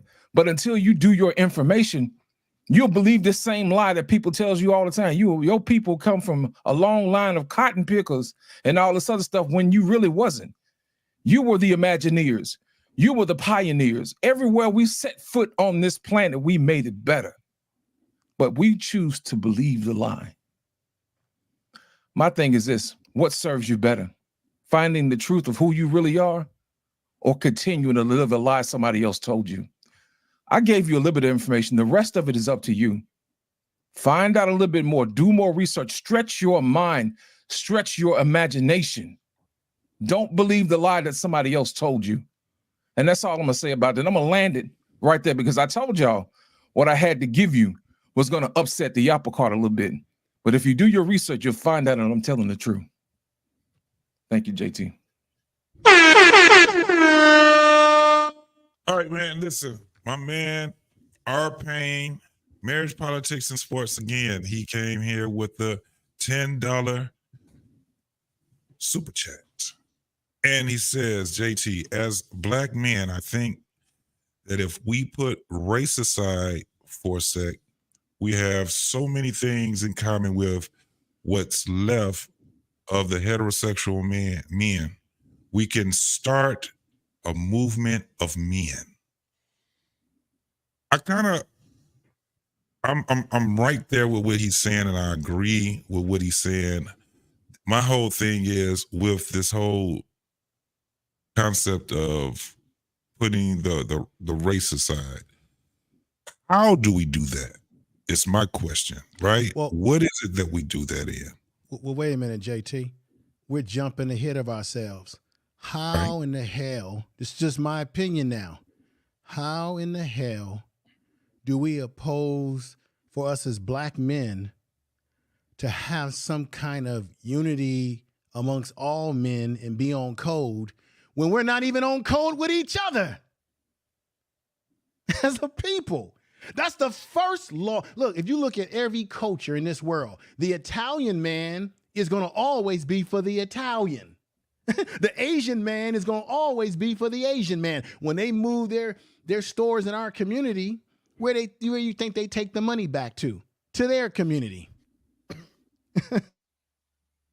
Right. Absolutely. So that was my whole thing about unify. Yeah, so that's what we're looking at also on Black Men Unfiltered, What We Know podcast, yourself, Information Man show, all of these different things is how do we as men, because this is what I see, we can move a lot of these mountains if it's us as men unifying. If we're all unifying, right? That's the how to. Right. I told you, and I'm gonna lay right here on this hill right here. I'm getting more and more confused because I'm like, okay, where do we start? What do we? I mean, it's so many battles. How do we pick these battles? See, JT, I'm 50. I turned 54 in November, brother. I'm not confused. I think as you gain age, you should also gain wisdom. I'm not saying you don't have wisdom, but I feel like as older as I've gotten so far, I see shit for what it really is. Mm-hmm. And the reality is that, yes, men should unite to fight against things that affect men, right? We really should, yes. But I know people don't want to hear this. We still got a lot of work to do in our own damn households. Correct. And that's where, okay, so that's where what you just said right there is where the confusion with me. And I'm just saying this, and you know, it is what it is, man. I know a lot of shit just like a lot of other people, but this is what's confusing me because I'm seeing it, in real life, in real time. Oh, okay. And I'm seeing how far our generation that comes after us is so far away from us now. And I'm like, okay, how do we get this back? And I hear, some people say, well, we got to hold accountability, and then I hear somebody else say something else. And it's kind of like, okay, how do we do that? This is my whole thing. When you keep asking the why, what, how, this is the thing. Mm-hmm. I'm back to that's where I'm at now. Okay, why? And then somebody give me an answer. And I say, well, why? Because when you keep saying it, it's kind of like how children, they're innocent and they're going to keep asking you why. Why is the sky blue? You tell them why the sky is blue, they're going to say, well, why? Right? That's where I'm back at again because I'm seeing things in real time. I see it in the world. I see it global. What I'm saying is just in my family, the people that's right in front of me, the people that I love. And it's funny because I remember, my grandmothers and my uncles, great uncles, and I remember them saying, once you start getting in your 50s, life is going to start going faster and it's going to be so much in your face where if you're not equipped, it will scare you to a point where you're ready to die. Because you're just going to lose people so much. I remember somebody telling me this. I was in my 20s. Now it's starting to resonate. I'm starting to see. We just losing people left and right. And this is a time where most people start losing their parents, if their parents are not already gone. But to add on to the natural stuff, you got so many people that done lost their children. You got a lot of people that done lost their children, man. We got a lot of. So it's starting to get me to a point where, okay, how we get this motherfucker back? How we get this shit back at least, and everybody ain't gonna make it. I'm not into the kumbaya type of thing. I'm looking for just some type of solution where we can start from. Men unite, I definitely get it, but it goes to what you were saying also, information, man. We got to be on code. We have to be on code with each other. Again, it raises the question. How? And what's the purpose? Why? Why? Mr. Bennett, you got anything to add to that, man? Or to answer? The thing that I've heard tonight that is a little bit confusing to me, and I think that's one of the reasons I embarked on what I said, is that there seems to be, on one hand, there's an effort to get away from what we look at as limitations, whether it be to get away from race, why are we calling ourselves black, why are we associating with certain things. We need to get on, but then in the same sentence, we'll still say black people. Or we'll still say we. Well, who is we then? Or we'll still say us. So who is us? But we got to get away. So we're trying to get away from something, but in a way we can't, because we still need something that pulls us together. Foundationally, regardless of where it is, you have to have something that you can kind of stand and plant on. Back in the day, it seemed like it was easier. Now it's harder because of the different information that's available, because younger generations aren't as tied into the struggle, and that struggle seems to, at least in their minds, further away from them. But like I said, I go back to my daughters again. My daughters, it got to a point where they did not feel rooted. So I had to root them in a way that they could comprehend, they can understand, and then they could share with those of like mind. So when Arpain says, as a black man, if we put away race, and then he says immediately after that, he says we. You hear people in this space talking about, well, there is no black community. Well, then what are we then? Because you'll still say we. So for me, again, I think part of, can we at least come to some consensus? Can we have something that we can work off to say, okay, this is where we start. It's not where we're finished. It's not going to define us permanently, but it's a start. You need roots so that you can grow branches. So that's why I defined it the way it is. So, and back to, brother Lit, I mean, you were spot on, but again, that's the way I define it. It's much more complex. It's who we are and what we do. Oftentimes, who you are is defined by what you do. That you can't just separate the two. It's also where we've come from, and it's also where we're going. All of those things, we have a commonality that we need to tie together. And what I'm trying to bring to this conversation is, can we have an anchor? Can we put our stake here and says, this is who we are? And then we can talk about the way forward, but we're still debating over, are we a we to begin with? There is no black community. Why are we talking in these terms? Why are we associating ourselves with a skin color? All these narrow definitions. And again, it's bigger than that. So I think why you may be confused about it, or certainly the confusion I hear when I see people so adamant we need to get away from blackness, but then in the next sentence, who's the we you're talking about? Can we come to it? We need to come to something that anchors us so we can go out and then explore and develop and build. But I'm all about excellence. I'm all about invention. I'm all about the positive. The imagery is huge. I mean, Lost, you nail that one. The imagery of ourselves, and with all these things that are out there that are showing the negative sides of us. And it's not even to say that the positive isn't being shown, but there's so much of the darkness being shown that people don't even pay attention to the light. There's a lot of good content out there. This platform is one of them.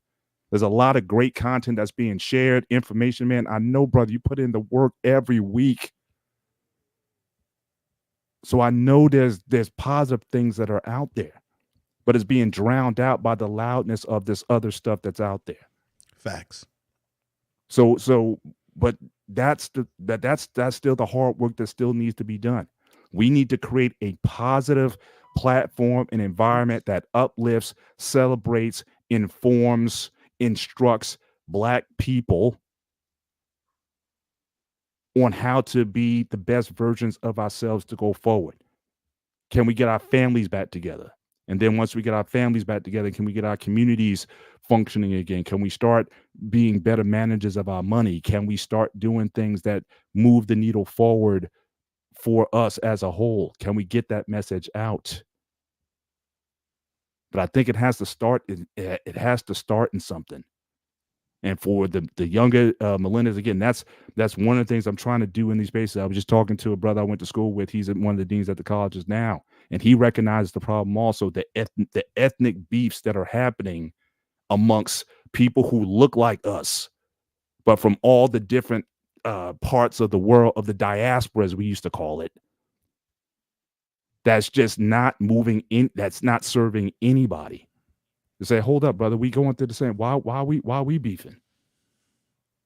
And it's almost like there's a puppet master sometimes that's kind of playing one against each other, to a certain extent. So for me, I think where we could start is, again, having a clear definition, a clear way that we can anchor ourselves in something so that we can move it forward. But all the things, yes, creating a positive platform that informs, that uplifts, that talks about the best in us and charts the best ways forward, bringing together those who are experts in economics, in health, in finance, in family, in marriage, in all the things that help to build and sustain communities. We need to continue to push that forward. And for those who get it, I would be ecstatic if 10% of our people can take content and then go and do something with that. That's about 1 million, 1.2, 1.3 million people. I think that would certainly move the needle. In fact, former Chaos, he talked about it. We don't have to try to say we're going to completely change Black America. I think that's moonshot. I think that's too much. But can we get 10% of people who want to do things differently but don't know how, or haven't been seeing the models but want something different? They know their situation is not ideal, but can they identify people who are doing it right? Can we be the salt and light in the world that says, I want to, know what that brother or sister knows? Maybe they know something.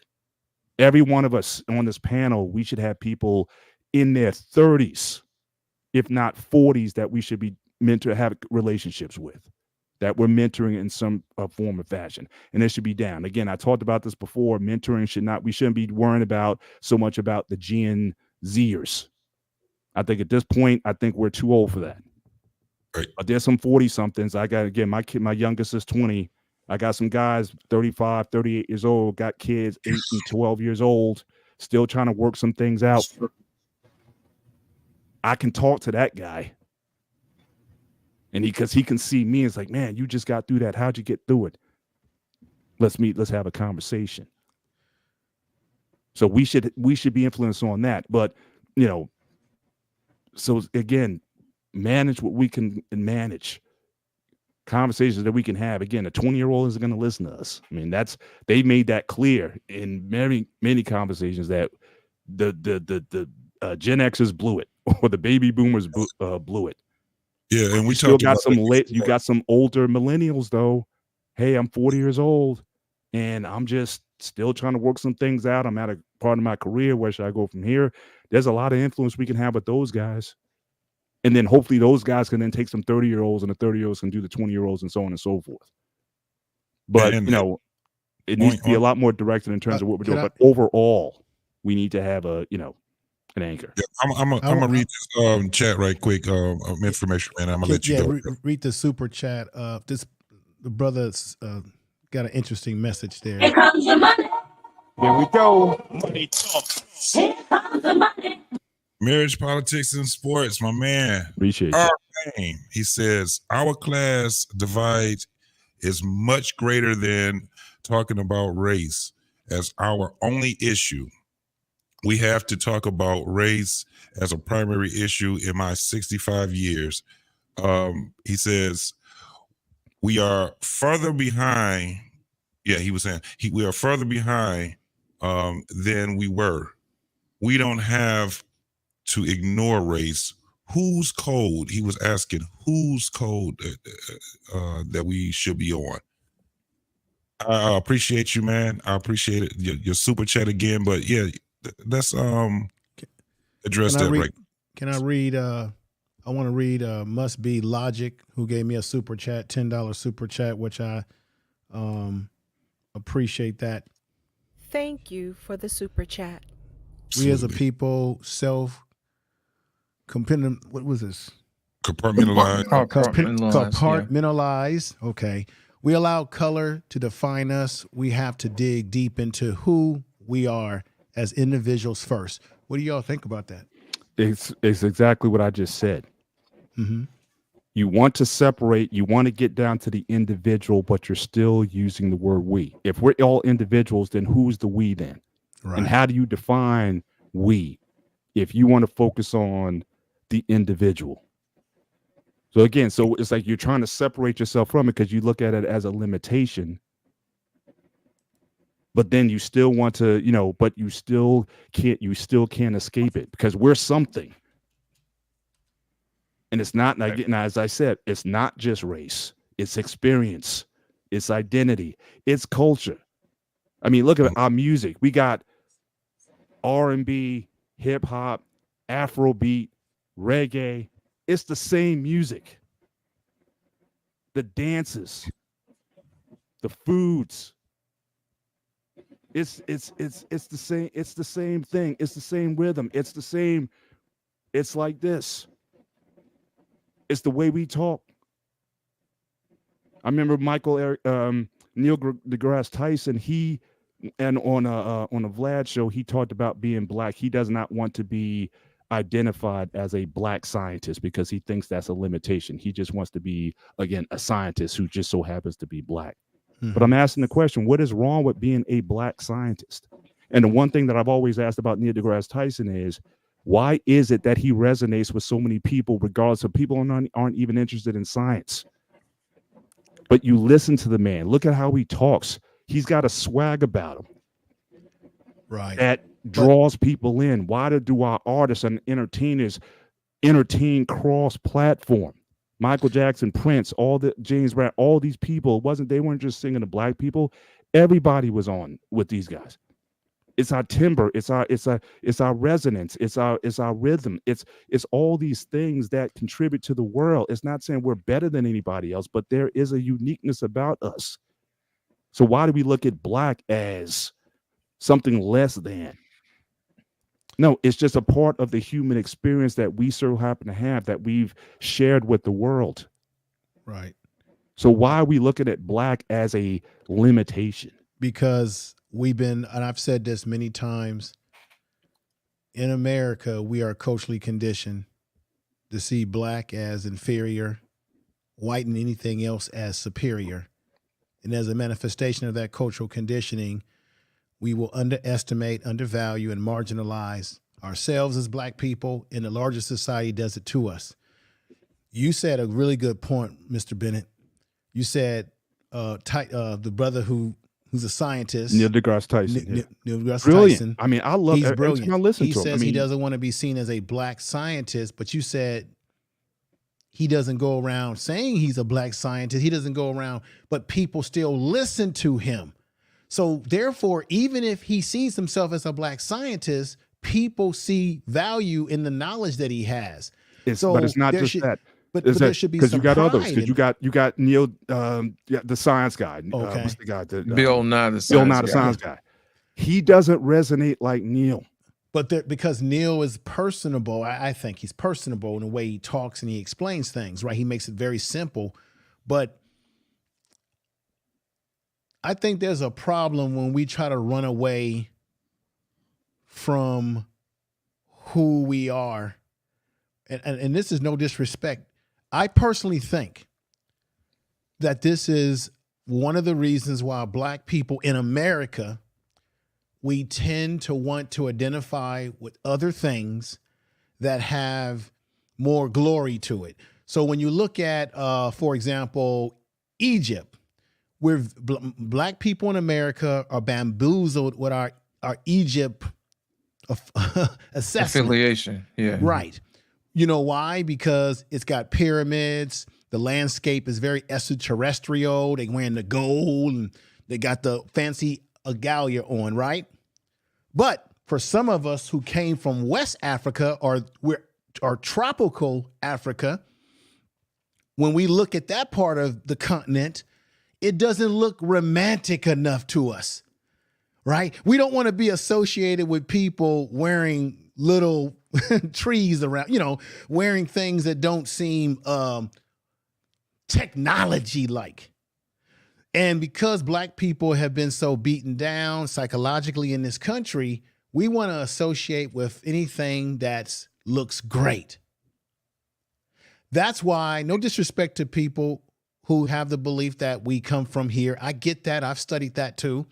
But I think that's one reason why psychologically we tend to want to gravitate to, I don't come from the continent. We come from over here. See, we built pyramids because we've been taught, this is the facts, that anything associated with the continent of Africa, by watching them damn Tarzan movies when we were growing up, right, that Africa has a negative connotation because of the way they depict the people walking around, the way they would depict them, no clothes on, looking savage. That's the way they depicted it.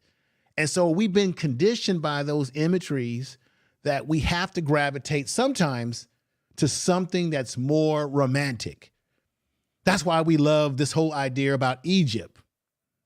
But we got to realize for those of us who come from North America or the western part of Africa, so we think, or may not, technically our ancestors didn't come from that part. Now, maybe they did, who knows?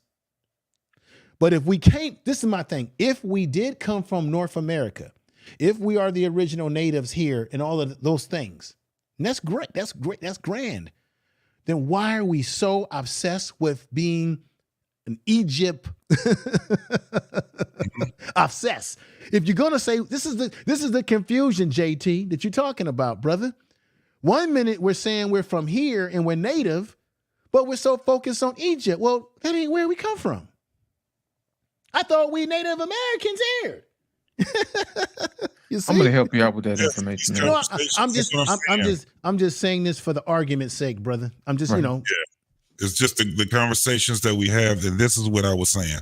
Absolutely, you hit it dead on the head. I think the brother down here, Trey, has something he got his hand up. What's up, brother?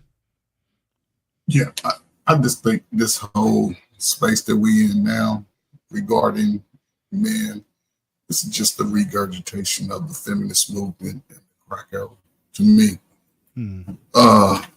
I listen to the brothers and you all speak with such wisdom, and I can understand the age and the dynamic of what we speak, because we sort of think from a logical point of view.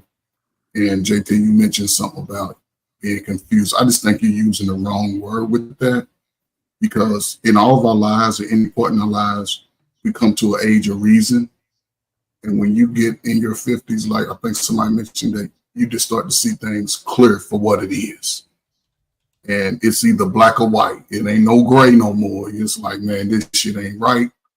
Or, you know what I'm saying? Yes, this is the way. And I think you can see it in the spaces. I think this is a unique time for younger brothers, because I look at the young 21 adult. You no longer have limitations on your life once you turn 21. The world is your oyster if you choose to continue to connect to like minds of the space you want to be in. I think a lot of brothers just tend to give up early because, again, they miss that balance when you're 12 or 13, when those kahunas start separating from your body. It shows the importance of a male figure. We had 100 good years where everybody from the baby 6 weeks old to great grandmama, the eldest, even if, listen, the funny thing about us as a nation, we don't know how we became cousins, because some of us are related that ain't related. You know, so we just came in that movement together. So we just came as a community, everything built. And I think America was understood us, because then they created the Social Security number so they could say, like, oh, they understood the strength that we had in male, female-led homes. They understood that. So as we fight for these rights, you know, remember, one hand, Malcolm wanted separation, Nation of Islam. Pastors was like, no, man, we need to get in this game together. We need to fall in with them. And as we fell in, we lost a lot of our identity. The church used to be a place where you go, all the men spoke about community issues, things that could keep stuff out of the community. Once they realized that that was the way that we were going to thrive, they threw a wrench in the game. No, come on over and get this new. And black men were still fighting to hold a place. We still had the strength in our numbers, and we still spoke together. And we were moving on. Even when mothers chose to go to these public houses, they still understood their role in a sense. You wasn't going to the club seeing your mama and your aunties unless your auntie, you knew your auntie had a reputation. But you wasn't going out there seeing mom. She went to the church picnic and the family reunion. That was it. Then you bring in the crack era. It took the mother out the home. Now we dealing with and this is where the powers that set this in motion understood the dynamics. So now we 40 years into it. Brother Bennett mentioned 40-year-old guys. A lot of time between the age of 18 pretty much to 35, several brothers have not been on a level playing field because they didn't have the father to say, or the big uncle to say, man, get your shit together. I'm going to take, and the mothers pretty much the mothers just give up at a certain point because they realize they can't handle that energy of a man. And I think that's what the disconnect come in with men, because us older guys don't see it from the younger guys' point of view, because we standing on the outside of the garbage can looking in like, damn, this is nasty. And they in the garbage like, this is all right. It smells good. I'm not leaving. It's comfortable. It's warm, So I think that's what we fighting against. And the strategy that I've used over the last 15 years in trying to make Black men be better is that I found it in my heart Well, and part of what I wanted to do, to go to those youth that are right on that borderline, that right on that fence of not really understanding and not being afraid. One, going to the mother, going to that guardian and say, look, you have a bright son. This boy is smart. He's good in math. He draws pictures. He can do whatever. I need you to give him to me a couple of days. And I understand that if I meet him at 15, I'm gonna have to be in his head at least half the time of of his age. I gotta be there, and I'm gonna let him know we gonna mess up along the way. But when I mess up, you will understand and be able to help me through it. When you mess up, I'm just gonna hold you accountable and help you move forward. It ain't gonna be easy. You ain't gonna like it all the time, but if you put in the work and you take baby steps, it might take you 10 years to take those steps. Then when you get to that age of reason, when it flipped, when that light bulb come on, you're going to understand how to maneuver in the world, not just your neighborhood. You're going to understand how to stand up, like the brother said, you look a man in the eye, hold your chest up. It's a whole different build of a man today. We all got big, broad shoulders and big necks. It's a different build of a man because they're not even getting that man energy from day one. And I think for me, and if brothers that like to get into that work, how we can build that bridge, we have to start with our youth. The older guys, they have to go into their neighborhoods and apologize to some of these families whose brothers they got that ain't here. It's a lot of brothers that got taken out, strong brothers, regardless of their lifestyle. Go make some apologies, expect whatever they give back, build that bridge, take on a youngster, and allow and last thing, allow these kids to express their emotions through art. I've gotten some of the greatest things through art just by kids expressing their emotions. I tell kids, write down everything. I don't care. Write it down how you feel in that moment. If you mad, write it down. If you sad, write it down. Because those stories can help you come back and say, okay, I found a way. And expect to make mistakes as a kid. We all do. But here's my thing. We all I see all big noses and big nostrils and big lips. Regardless of what part of the world, the country you come from, we all son people. So we just got to build off our energy together. That's why we get so ramped up around each other, because we all got neurons and things bouncing off each other. So right. Last thing, it's my last one. Between what's documented, more Black people invented things in slavery than we have since we've been free. More of them couldn't read, couldn't write, but can envision it. Envision it. DC, he got it through the mind, the line with the stars. You ain't heard nothing greater than that. So let's just start being true men that we are, and brothers that we sit on our little porches. Don't be afraid to go to that kid in a peaceful way and go to that mother, and she'll give that boy to you. Like, here, man, take him. But let her know it'll be a little change, because don't spend that money on your wig. I need $40 so we can go eat. And I can feed him and talk to him. So that's me. That's the reason why I said, when I talked about what it was to be Black, I really laid heavy on our ancestors, because you said something powerful. Our ancestors were able to get more patents and invent things under more duress than what we have today. So isn't it a indictment on what we're not doing today that we need to be doing?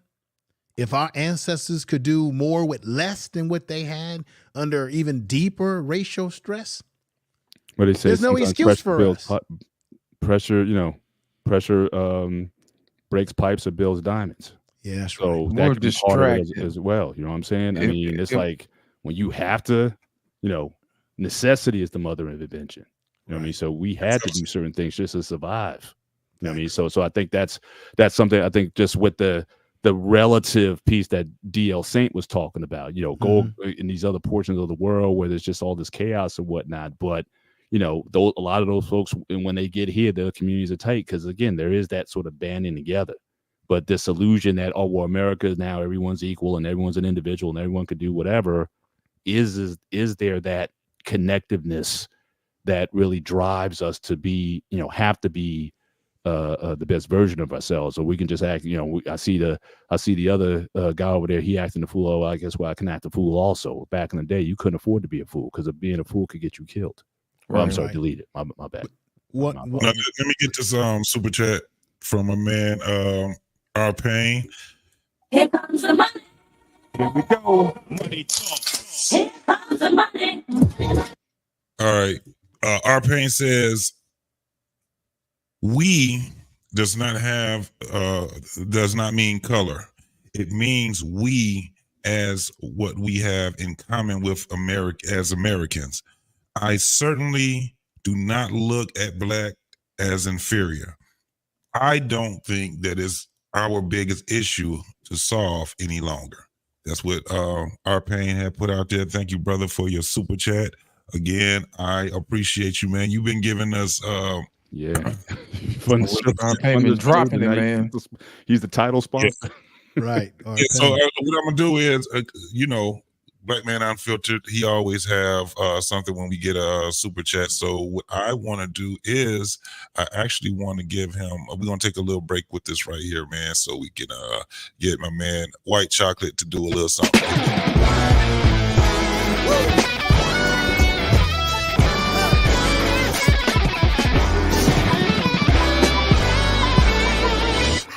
I got a red room, it's the red now when the sun sets in my bedroom. Oh, it feels like I'm inside a flower.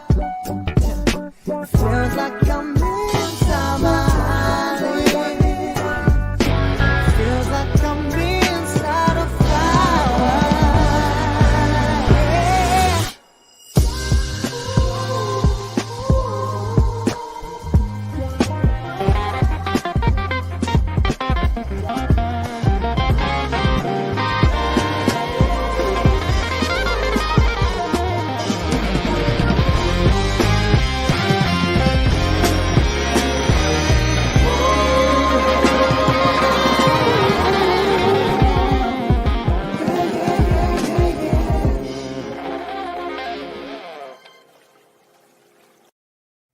Yeah. Ladies and gentlemen, White Chocolate. Real quick, though. White Chocolate. Yeah, real quick though. When we talk about this, to Brother Bennett's point, over here, to Brother Bennett's point and all the brothers' points tonight. Everyone in this country, I don't care what bubble they're from, they are on some level influenced and want to be down with the culture that the descendants of slaves have made here in America. I love that track right there. Like I love, donating to Black Man. I'm like, yo, please, you know what I want to see? That young man right there would be so willing to be led by someone who looks like us. If only we would go ahead and let our leadership ability be known. When I go out here and I mentor whatever, I lead first. I don't care what color, what bubble you come from. I lead first. And everything else is going to come under that. Of course, we're going to talk about racism. Of course, we're going to talk about sexism. What Brother Trey was saying about the feminist movement. Yeah, I agree with him. It's doing serious damage to America. Of course, we're going to talk about that. But we got to lead first. You know what I mean? We can't, I think we get lost. You know what I mean? Like Brother Lost in Translation was saying, we are so confused and we're so distracted with everything else that's going on. And generation after generation is going leaderless, and again, as a military guy, man, we lead first, man. You got to know the mission. The mission is clearly defined. We train, we go out there and we get it down. And one of these chats, I'm trying to follow all three platforms. This is the first time I had to do this, but I'm doing a lot of clicking over here. But in one of these chats, someone said, what does it mean to be an American? I'm like, well, there's the birthright part of being American, or you can somehow get some sort of legal status and legally become an American through marriage or whatever. It used to be what it meant to be an American is when someone tries to destroy the planet like the Germans did in 1940s, or the Japanese did back in 1940, whatever, and the Italians, or go back to World War I or whatever. The Americans were the ones who came to save the day. Them big, dumb Americans, from their silly little, country over there, flanked by two oceans, will come over here and restore the peace at a high cost. To be an American, it used to mean you were free. Like, our Constitution and all that kind of stuff, man. Freedom of speech, freedom of expression, right? We see how true that is now. You look at what's going on. We used to be educated in this country. Every generation gets dumber and dumber. And it's our fault. I don't put it on the school. They can't teach when people are telling them what to. This whole thing with genders, man. Have y'all lost y'all mind? And then, I got a teenage daughter. Name 3 countries on planet Earth. She can't do it. We started this, a few months ago. She can't do it. So what did I do? Got a big map, stuck it to the wall right outside her bedroom, and every single day, name 3 countries. And now we're up to 12. And we're going to continue to do this. My daughter's only in 8th grade. Like, how did you get to the 8th grade and you can't name the 2 countries that border us? I didn't say I'm like, name 3 countries, any country, name the country you in. She couldn't do it. So we have to take ownership from this. Slaves, the people who were emancipated doing slavery, the first ones, the slaves that got free. Mm-hmm. The government didn't want to pay them money, like 40 acres of tillable land and a mule. That was government. That was a General Grant's idea. Yeah, we're gonna do it. They didn't do it, but the slaves had nothing. You know what I mean? And they were just getting brutalized at every turn. But you know what they did? They educated themselves. It meant something. They could read, they could write. They didn't have to write up. They didn't have to leave their mark. I can sign my name. Right? Kids can't write cursive anymore. We're back to a point where kids they took it out. They can't sign their names. Now, are we gonna sit back and blame other people? Are we gonna look into that mirror and figure out a way to educate our kids? You notice I said our kids. I ain't talking about this. Ain't just blacks, right? This is America. I'm working on a book right now. It's called America Fat, Dumb, and Not So Happy. And it's just my point of view of what I've seen. Look at us, man. We're fatter than any human's ever been. We're dumber than any nation has ever been. Look at as far as developed nations go too. And who's happy anymore? Ain't nobody happy out here, bro. Everybody out here mad. We so mad we picking up our things and we deleting each other.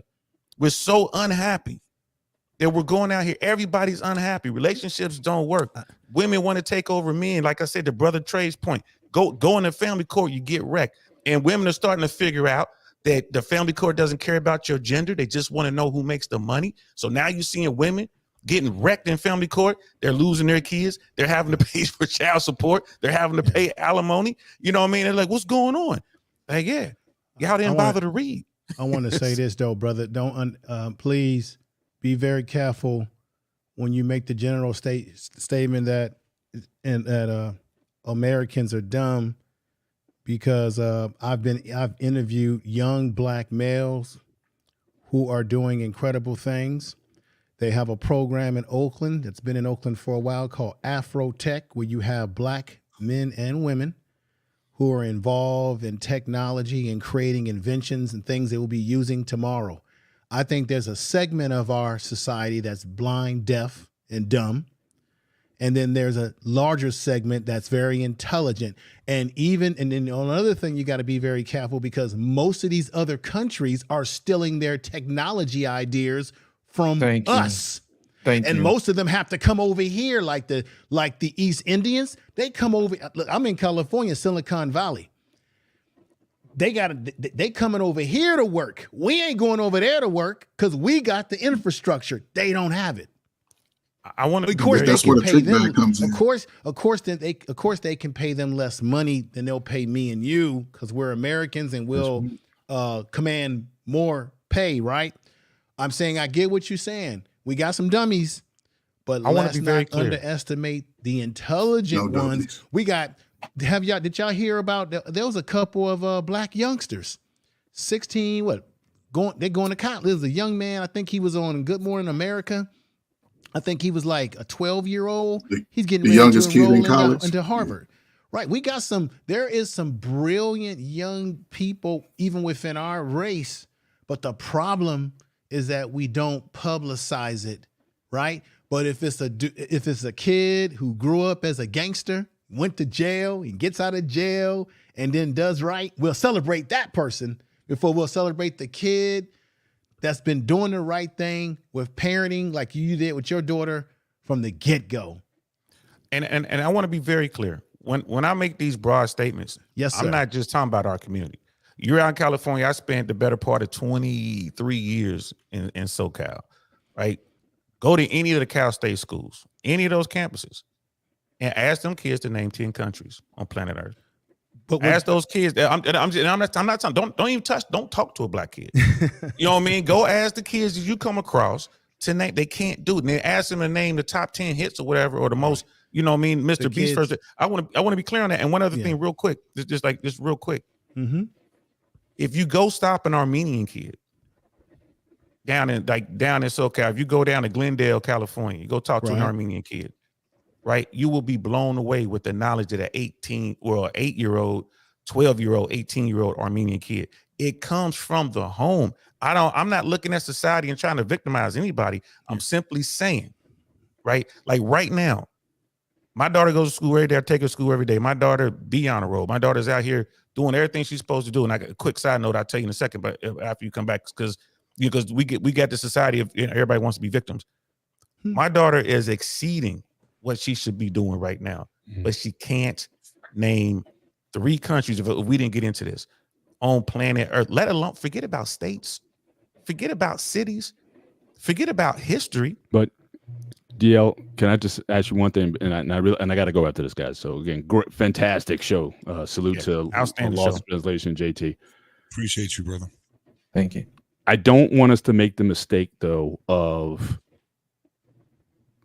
having information meaning intelligence. What you're naming, and I used to be like that too. I can name like the top, back when I was a kid, I can name the top 20 longest rivers in the world. I can name all this, all that statistical stuff. And I think where the educational system has gone is, rather than just knowing information, like memorizing your times tables or whatnot, I think a lot of the educational system is more so geared towards teaching you how to problem solve and how to think. As far as getting that information, yeah, you can Google it. There's so many places where you can get that information if you need it. But I think that the educational system has changed from just knowing memorization to how to apply, how to do algorithms, how to apply a thought process to how to get, like, I remember even with my kids, I remember there was a time where I couldn't help my daughters with their math because they taught them this whole new math process that I could solve the problem for you. I can get you the answer, but it wasn't about them knowing the answer. It was about a thought process that they wanted to learn, that if I wanted to learn it, I would have had to do that also. So that new math messed me up, but they knew it well enough. And again, we provided their environment. They were able to figure it out. I still couldn't figure it out because I was so wired in terms of how I knew information. So I don't think we should necessarily be measuring intelligence on how many states you can name or facts or data, but can they think, and can they be flexible and move, and can they problem solve? I think is where the educational system is going more so than that information. It was important to us. And I remember the times tables. I remember all that stuff. Yeah, it was like rote memorization. You had to go, your parents would ask you anytime, give me this. What's 12 times 13? What's this? Yeah, you had to do that stuff. But it's just not there. So I don't want to link that with intelligence. And I'm not trying to do that either, but we need to have a foundation. Right? There's you look at the United States military. Right? The reason they're having a hard time recruiting right now, right? Some of the top reasons, most kids are out of shape, right? They're fat and they're unhealthy. And then these kids just don't have the intelligence. Like you said, they don't have the ability to be taught to use these weapon systems. Right. So I guess my pushback to you would be, I understand what you're saying, because I agree. I went through the same thing. Like, what are you doing? My kids are drawing all these circles and little circles inside of circles, and trying to figure out, like, hey, bro, it's what I mean, it's 3 times 7. Like, just you're supposed to remember that, right? But but the thing is this. I would argue that we are failing at that. And again, I'm not just talking about black kids, right? The military. When I was in. Yeah, we had some serious, military, equipment, and you had to be a certain intelligence level. That's why you got to take that test, take the ASVAB, and you had to be. You couldn't just be dumb to be a grunt anymore. There were people like, you're not smart enough to be a rifleman. They come into you're not smart to be sessions, everything. Absolutely. My daughter was just telling me 2 days, was it yesterday or day before? It's like, yeah, some kid got ran over. right? So we're on paper, we're teaching them how to problem solve, but they can't figure out why you shouldn't walk in the street. You know what I mean? Like, it just like we're failing these kids. And when the black kid that got hit, you know what I mean? So I mean, it's just one of those things. Now I've seen 2 kids get hit taking my daughter to school. I live in the best school district in Tampa. I moved from Cali to Tampa. I live in the best school district in Tampa. And these kids, they couldn't think their way out of a wet paper bag, bro. I mean, it's just we're failing. Now, I think, you know, of course, there's some blame to go to the teachers. I talk to teachers all the time. They say the same thing. Like the teachers, like, I would love to be able to teach these kids X, Y, and Z, but I can't. Yeah, teaching to the test. I can't. Yep. So, and the parents aren't doing it because we're distracted and stuff like that. We got to work hard, right? The dollar's worth less. You making all this money, but you have less spending power. So you got to work even harder just to maintain what you have. And of course, most of us gonna go beyond our means. You know what I mean? We shouldn't, but some of us do. But you know, the kids don't have the parents or someone near to help them. That's all we work. I tell my daughter all the time, how are we gonna get out of this situation? We're in the middle of the mall. How do we get out of here? Where are we parked? What if someone came in with some things over there? You know, they trying to delete people. Which way are you gonna go? We're constantly talking about that because I want her to be able to think. If she wants something, well, give me information on it. I'm not gonna do it for you. Oh, you want this particular part or device for your computer? Find out. Well, how are you gonna get it? Yep. You know what I mean? But parents aren't doing that, bro. And that's all I'm saying. That falls on us. But I think, brother, you know. Go ahead. I got to go, gentlemen. JT Law, don't do this to me again. All right. Don't do this to me again. Mr. Bennett should have been gone. God bless you, brother. You guys have a great day. Let on, brother Bennett. Appreciate it. Here's the thing I want to add to that, brother. And you and brother Bennett are speaking it. You are speaking from a father's point of view, the most dynamic point of view in our community that is missing today. You doing what is best for your family without question. You didn't need to go to nobody to say, how do I do this? A father will do that. And that's the unique thing that we're missing in the bulk, because a lot of our children that attend public schools are attending, most of those, the population is mostly with single home. That's why they can get the free lunch. They count them heads when they come. And a lot of people attending public schools don't have collective bargaining because a lot of those people are renting. They're just going along with whatever is pushed. They've been trying to push the LGBTQ in Chicago public schools for 10 years, which is the hub of social services. When people come from around the world, study people, they go right up there to Chicago. Chicago, that's when they started coming out. I learned that they took in cursive writing out of the school. First big failure. Bush, No Child Left Behind. You had to, instead of getting a 70, 75, now your ass can pass with a 51. Now, you know, everybody that you know get a 51, you be like, man, you dumb as hell. Come on. But without that dynamic of a father who is going to teach, and this is 3 things that a father is going to teach his child straight off the bat. One is competence. I would keep saying competence.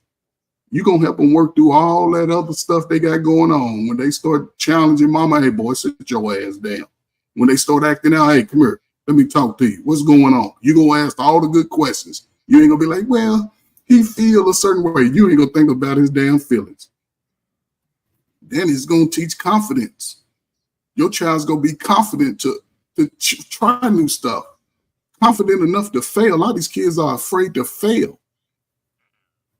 And then he's going to teach courage, because one thing a father go always understand, like, look, man, you better protect yourself out here. Somebody put their hands on you. Look, I ain't telling you to walk away, and I ain't telling you to fight, but at least be confident. You know, Joe Jackson, sometimes we got to be that man. I wish my father would have Joe Jackson me. I probably would have been on stage right now. But what I'm saying with that is, a father instills that courage for you to overcome that fear sometimes. One thing I did at an early age was I took all my children swimming when they were 6 months old.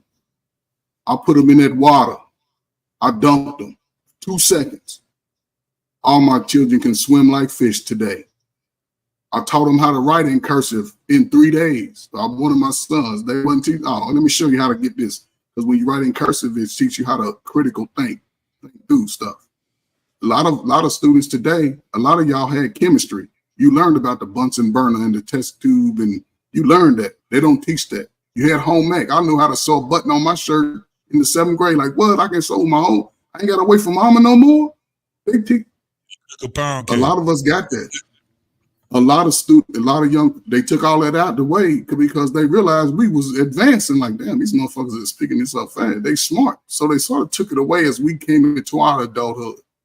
You don't see the same services, same programs, because even in the summer, everybody had to communicate and gather within their age group. 2 or 3 years difference. Yeah, little kids over here, and you didn't want to be around nobody. You was in high school, you didn't want to be around nobody in middle school. Like, man, you're a kid, get away from me. Now it's all big stuff. They all talking the same. They teaching, you know what I'm saying? So I think it's important, especially for fathers, man. If you got a chance to get your babies, man, go fight the court. Fight the court like you look for the weed man. You're going to stand there all day, wait for him. Go fight the courts, tell them you want to be a father. They can't deny you that. You got to tell them, I want to be a father. Forget the mama. You supposed to go around her looking your best every time, like, yeah, I smell good and I look good. Keep it moving. But if you want to save your child from a life full of pain like you have, stay away. You know what I'm saying? But if you want to save them, you got to get involved regardless. Forget the mama, man. Forget her. Y'all, man, you went in there, she gave it up. Y'all was doing it in the backseat in the car. It was y'all. But to move forward, we got to go to our younger generation and let them know that we fighting for them. Because they gonna fight it at first. They don't like that new food coming in there, man. You coming there with them steaks and filet mignon. They've been eating hot pockets and cold cuts for 6 man. You better be patient and just understand that's what man will do. Come with your patience and they will learn. I think we can do it, but I hope I'm still alive. I'm 55, man. So hey, I hope I can still. I'm gonna load the weapon. I can't fight. I need the young dudes to fight. I'm gonna load the weapon and keep everything clean for you. But you got to go shoot. Appreciate you, man. Again, my man, marriage and politics sports.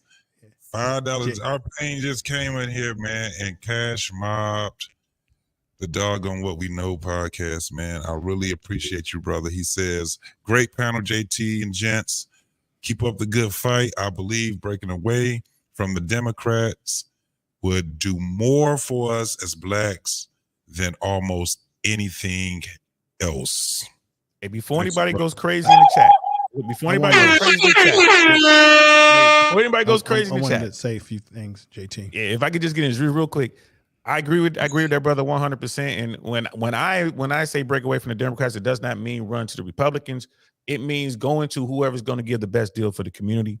You know what I mean? I just think politically, I know we're not there yet. So if we were to wield that political power, build it up like we build up our financial power, we spend all this money. If we do the same thing on the political side, I believe that that would be good for the community.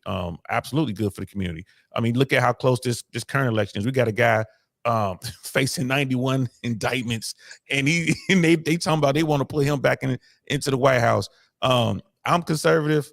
I'm a registered Republican, just give y'all full disclosure. But I can't stand dude. Yeah, I look at dude like, what is wrong with people? How? Like, you know what I mean? So, but that election is coming up in November.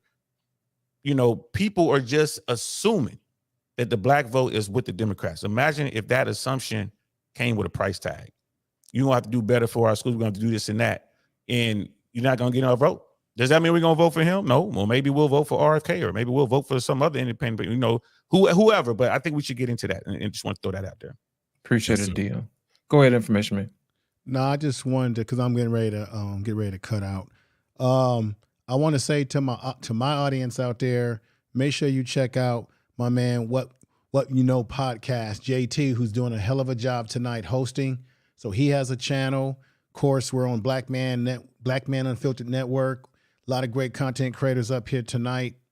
I'm going to be disconnecting on my side in a moment. For those that are on my side watching, I just wanted to say this because I heard, some of the things they were saying. Like I said before, it depends on the type of kids you are around. Okay. My organization, we're sending thousands of black kids to college, skilled trades. You got to put our kids with black professional or skilled tradesmen or businessmen. They need to be connected with the youth. The old lessons that we learned in school, the world, the technology, and where the world is going, that shit is obsolete. It's not. These kids know how to flip a computer backwards, forward, at least the kids I've dealt with. So you talk about mentoring, my orientation, we've been doing it for 117 years. Alpha, I do the work. And we're going to keep doing the work. And we got kids that are brilliant. And it's your responsibility as a parent to make sure your kids know what they need to know to survive, however you want them to survive, the academics, the what do you call it? The common sense, which is not always common, the common things that they should know. It's our responsibility. So you brothers have done the right things with your kids.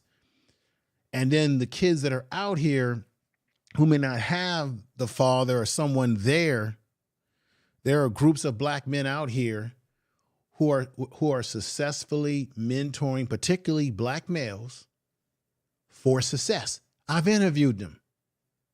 I talked to them. I've dealt with them.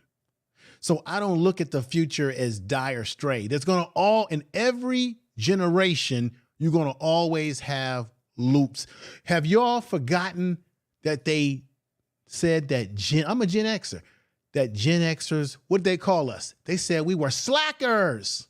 That we didn't want to work, that we didn't want to have jobs and all of that, right? Because why?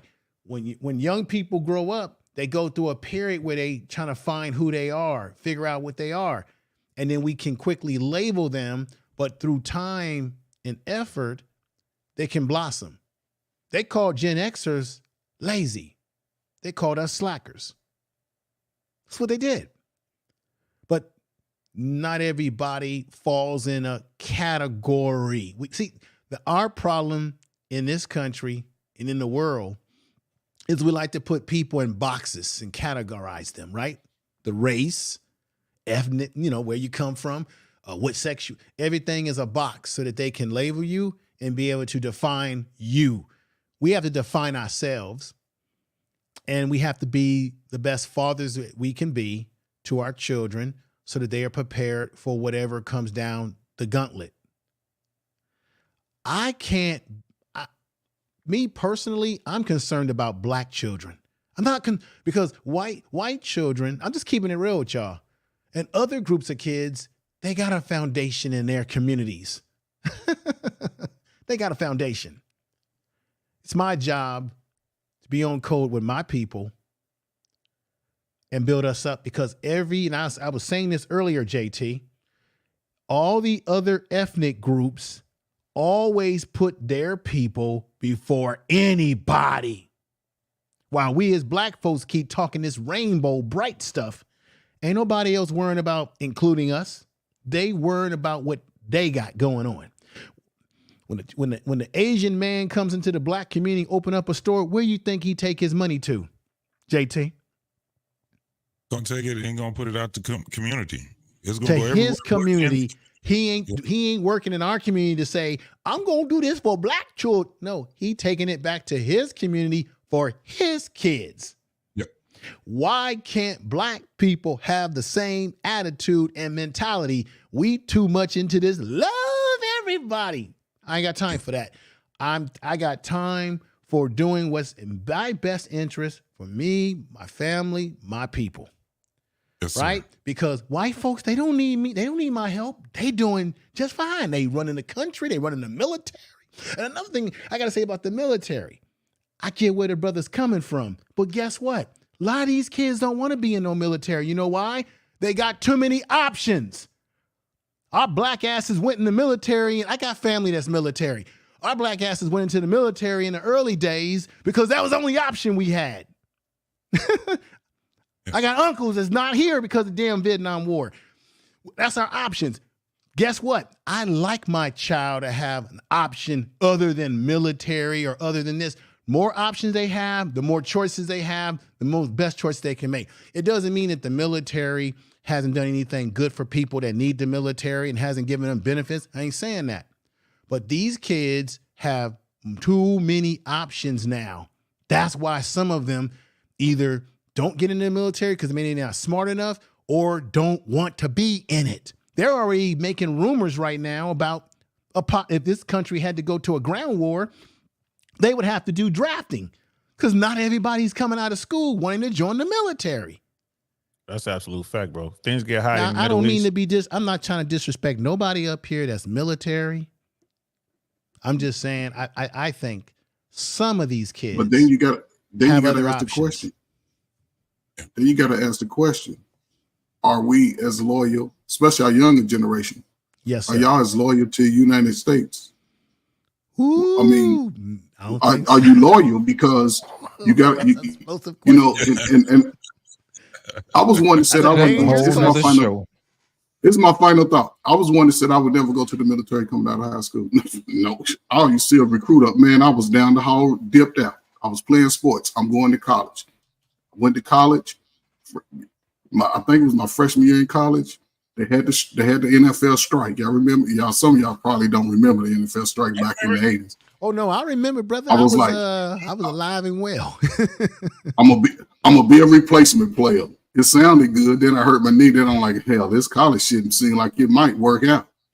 And I didn't want to ask mom and daddy for no money. So I said, you know what? I just find myself working. Okay, like shit, man. I don't see myself doing this. And this is me. This is a little story about my life. I found myself still in. That was when bikini underwear was hot. You know, I found myself still in underwear out of Target working overnight. I'm like, hell no. Let me do something. A friend joined the military. He running from the law. I didn't know. I'm like, hey man, you. When I went at the time, it gave me a different perspective because I went right before the Gulf War kicked off. I was in basic training. Right. And when I went to Saudi Arabia, I wasn't even out of basic training a month. I was in Saudi Arabia. I was running on the Persian Gulf. I traveled throughout just about the whole country of Saudi Arabia. I was fortunate enough out of Fort Hood. I traveled throughout that country. I saw the best of everything because Saudi Arabia is rich beyond measure. They created a different perspective. They created a beach out of a lake. I mean, an ocean waves out of a lake. So Wow. I think what I like about I just wanted to say I just wanted to finish. I'm sorry. Go ahead. I was going to give a compliment. No, what I was going to say about brothers in the military, because I do have a lot of respect for those veterans that saved our ass in World War II.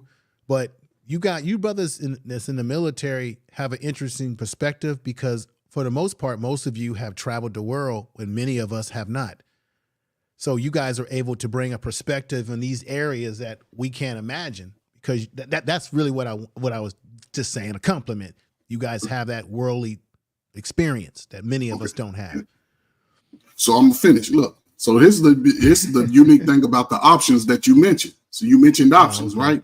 Okay, so yes, sir. Coming today, YouTube allows another space for another option. But I'll say this. Mm-hmm. You 18, 19, you trying to figure it out. College is too expensive. Yeah, now, looking at the military compared to college, because I used to always do it to students, you can either owe $60,000 in the next 4 years, or you can make $60,000 in the next 4 years. You can learn a skilled trade that will apply outside of the military, or you can go sit in the class with the same type of class that you daydream in now. Get nothing done. You will come out, and if you get hurt, make sure you go to the doctor so it can be in your record so you can get that extra bonus. Now, where it comes in at when you get 40 and 50, when your body start breaking down, you can claim those benefits that will propel you as you get older. Now, the firefighter in the military, they give you a $40,000 bonus. Now, some of y'all ain't gonna see $40,000 for a long time if you don't choose to go to the next level out of high school. So if you think about it, by the time you've been 24, 25, life go hit you. Sit down, look at your options, and make the best decision that will keep you out of debt. Until then, no children out of wedlock, not one. Don't have it. You will be broke for 35 years if you have a baby. I don't care. If you're not married, don't do it. I appreciate you, JT, man. It's always strong.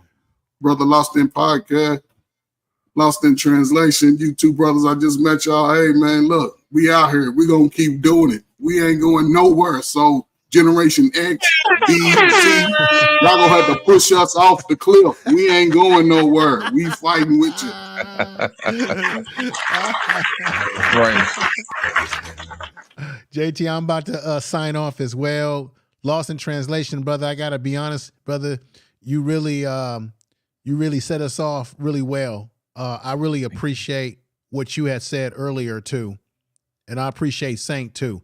What I enjoyed about this is that we may have different opinions in certain areas, but you notice that nobody on this panel was arguing, calling each other's names, and all this bad mouthing type stuff.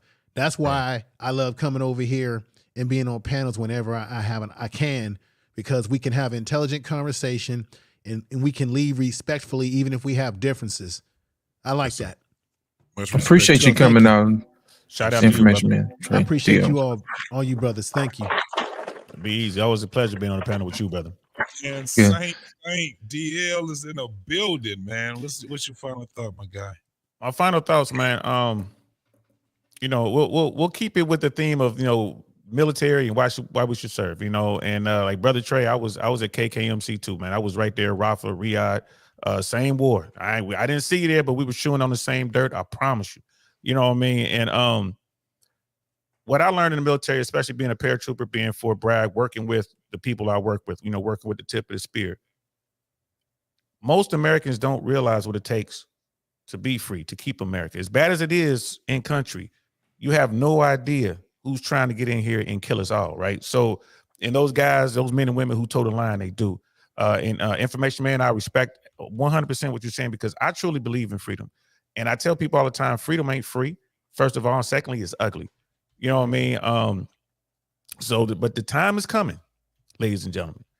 It's coming. Maybe sooner than later, where people going to have to, they're going to get snatched up. They ain't going to care how smart you are. They ain't going to care if you can figure out a problem. They going to need boots on the ground. and you're going to find yourself in some faraway land, and you're going to have to do America's business. And if you don't, imagine a world without America. What would that world look like?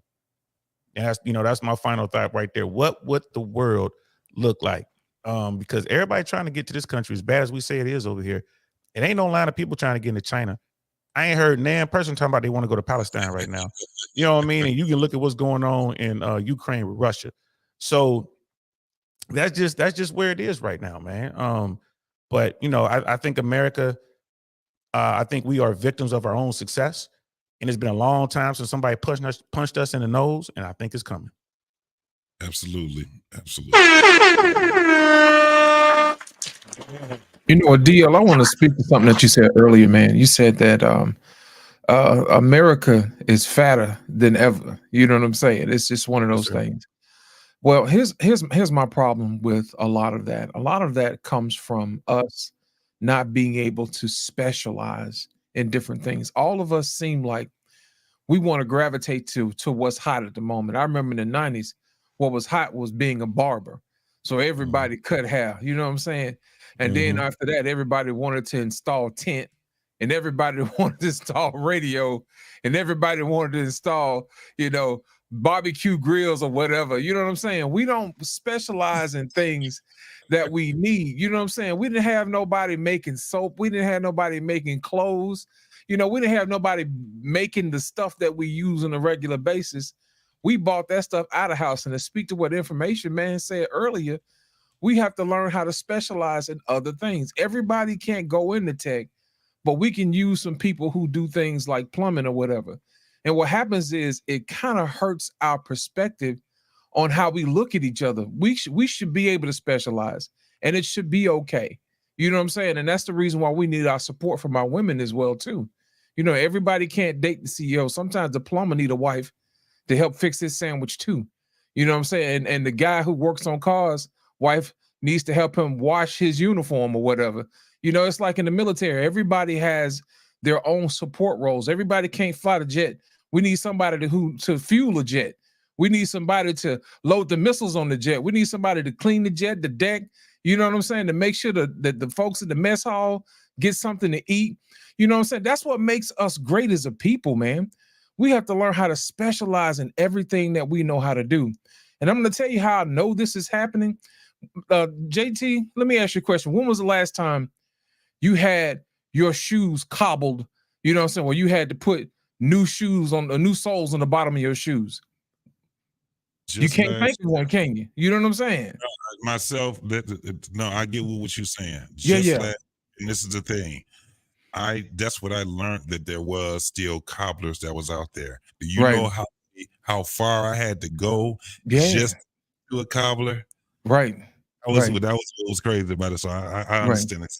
Right. So back early in the 70s, we had shops like that were specialized in certain things. And what I want to tell people today, black people today, is make sure that you guys do something that is of need to someone else. You know what I'm saying? Specialized. That's where we get good. You know, when they say, hey, when I think about JT, I think of X. When I think about Trey, I think about X. When I think about DL, I think about this. You know what I'm saying? That type of thing. And see, when you specialize that like that, people come to you. And then that's how you do business. And that's how you come together as a culture and as a people, because that's how you come together to do business with one another. And then that is how you create the culture that we all need. You see what I'm saying? That's the one thing that everybody wants to say, well, what is it like to be black? Well, what does this mean in America? Basically, we're fighting against our nature because we want to be together. We want to be around each other. We want to have our own culture, but we keep fighting against it. Everybody wants to be separate, but everybody wants to do the same thing. So my thing is this, I'm going to leave everybody with a message. It's okay to embrace being different. It's okay to embrace specializing in something else. You know what I'm saying? But just make sure that you add value to the community, and also let everybody know what you do. You know, you can't sell inside of a vacuum.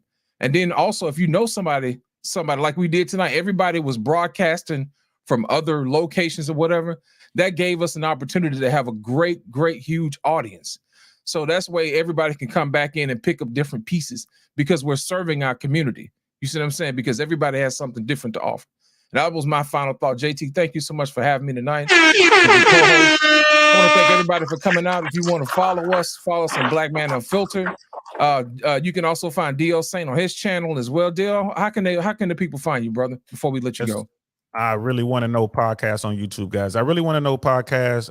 Also, I'm not that big yet. I'm growing, but I got an even smaller YouTube channel. Is called Downrange Podcast, is where I talk politics. I'm about to get going on that hot and heavy, because of course we're right around the corner from the election.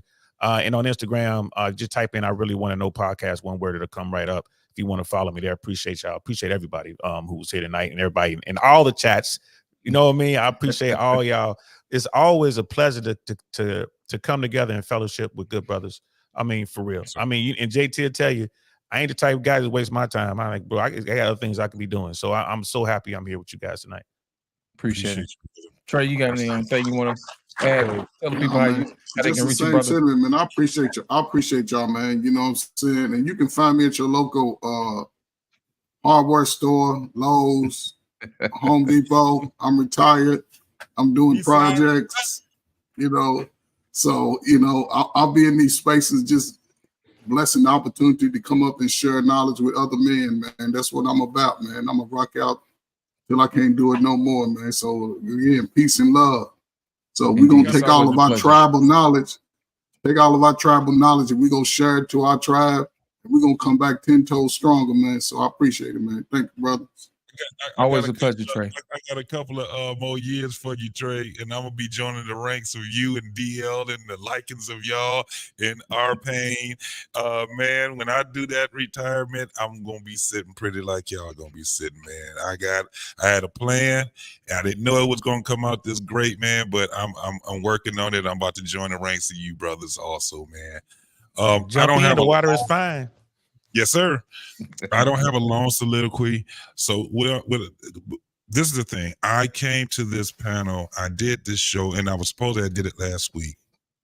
And I came just humbled because, again, you know, it's just I'm just at that point right now in my life where I'm trying to put things back together, right? Because didn't understand it, didn't realize that I have moved into the grandparent stage. You know what I'm saying? Never thought that I was young whippersnapper and all that stuff. I've always been responsible for the majority of my adulthood. But man, just listening to things socially, consciously, anywhere from religion to, consciousness, to even when it comes down to being out here and getting my finances together, all these different things, we all think about it. And I drive a lot. So when I'm driving, I have to, ponder a lot of things. I've been listening to a lot of podcasts, some really, really great ones, man. I mean, some new ones that's really, really great. And I had to start listening more to the younger generation too, because I got to admit, I was a little bit out of the loop, right? From what it is that they got going on. I ain't gonna never be in the loop with their lingo. That shit's stupid. That lingo they got, it has no meaning to it, none of that. But that's still our future. No matter how we look at it, it's still our future. So one of the things that I just wanted to do, man, was to bring it to the brothers, man. Y'all kind of like this platform here, man, is like the senseis, bro. And what we have is answers that it's gonna have people to think, right? We don't have mad solutions. The solution is to think.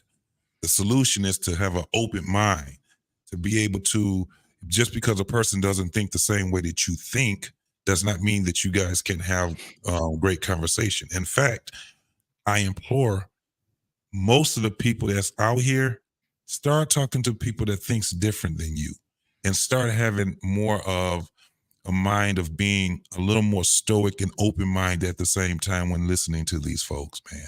You're going to learn a whole lot from these people. So that's why I came with this, the whole race thing. I'm glad that I had this panel, man. Y'all so dope, man. Because I didn't want to have this whole thing where we're going to be arguing about race and, and culture and all this stuff. I really took something away from this, and I hope everybody else did too.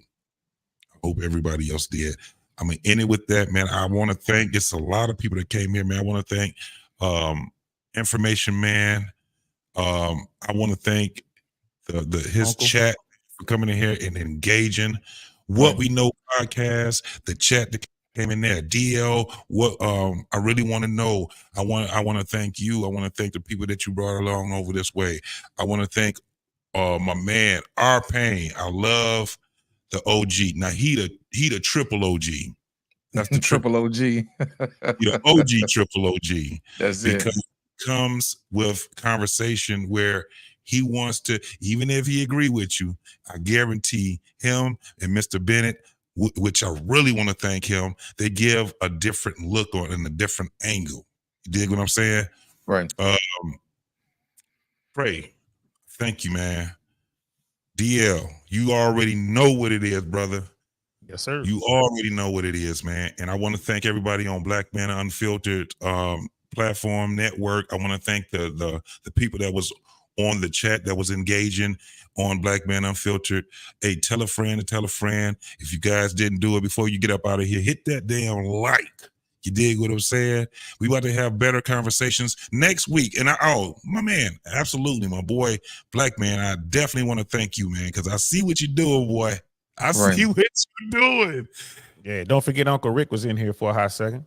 Indeed. I wish you could have stayed a little bit longer, but I get it. Rick be on there. He be out here, and he loves to have conversations, whether you agree with him or not, man. You got to respect the brother, man. My girl, Lady Navoa, she is the super, super duper supporter. I really appreciate you, sis, because she be on all our shit, man, and she support us big time. You know what I'm saying? Facts, one of my day one. We didn't forget Brother Bennett, did we?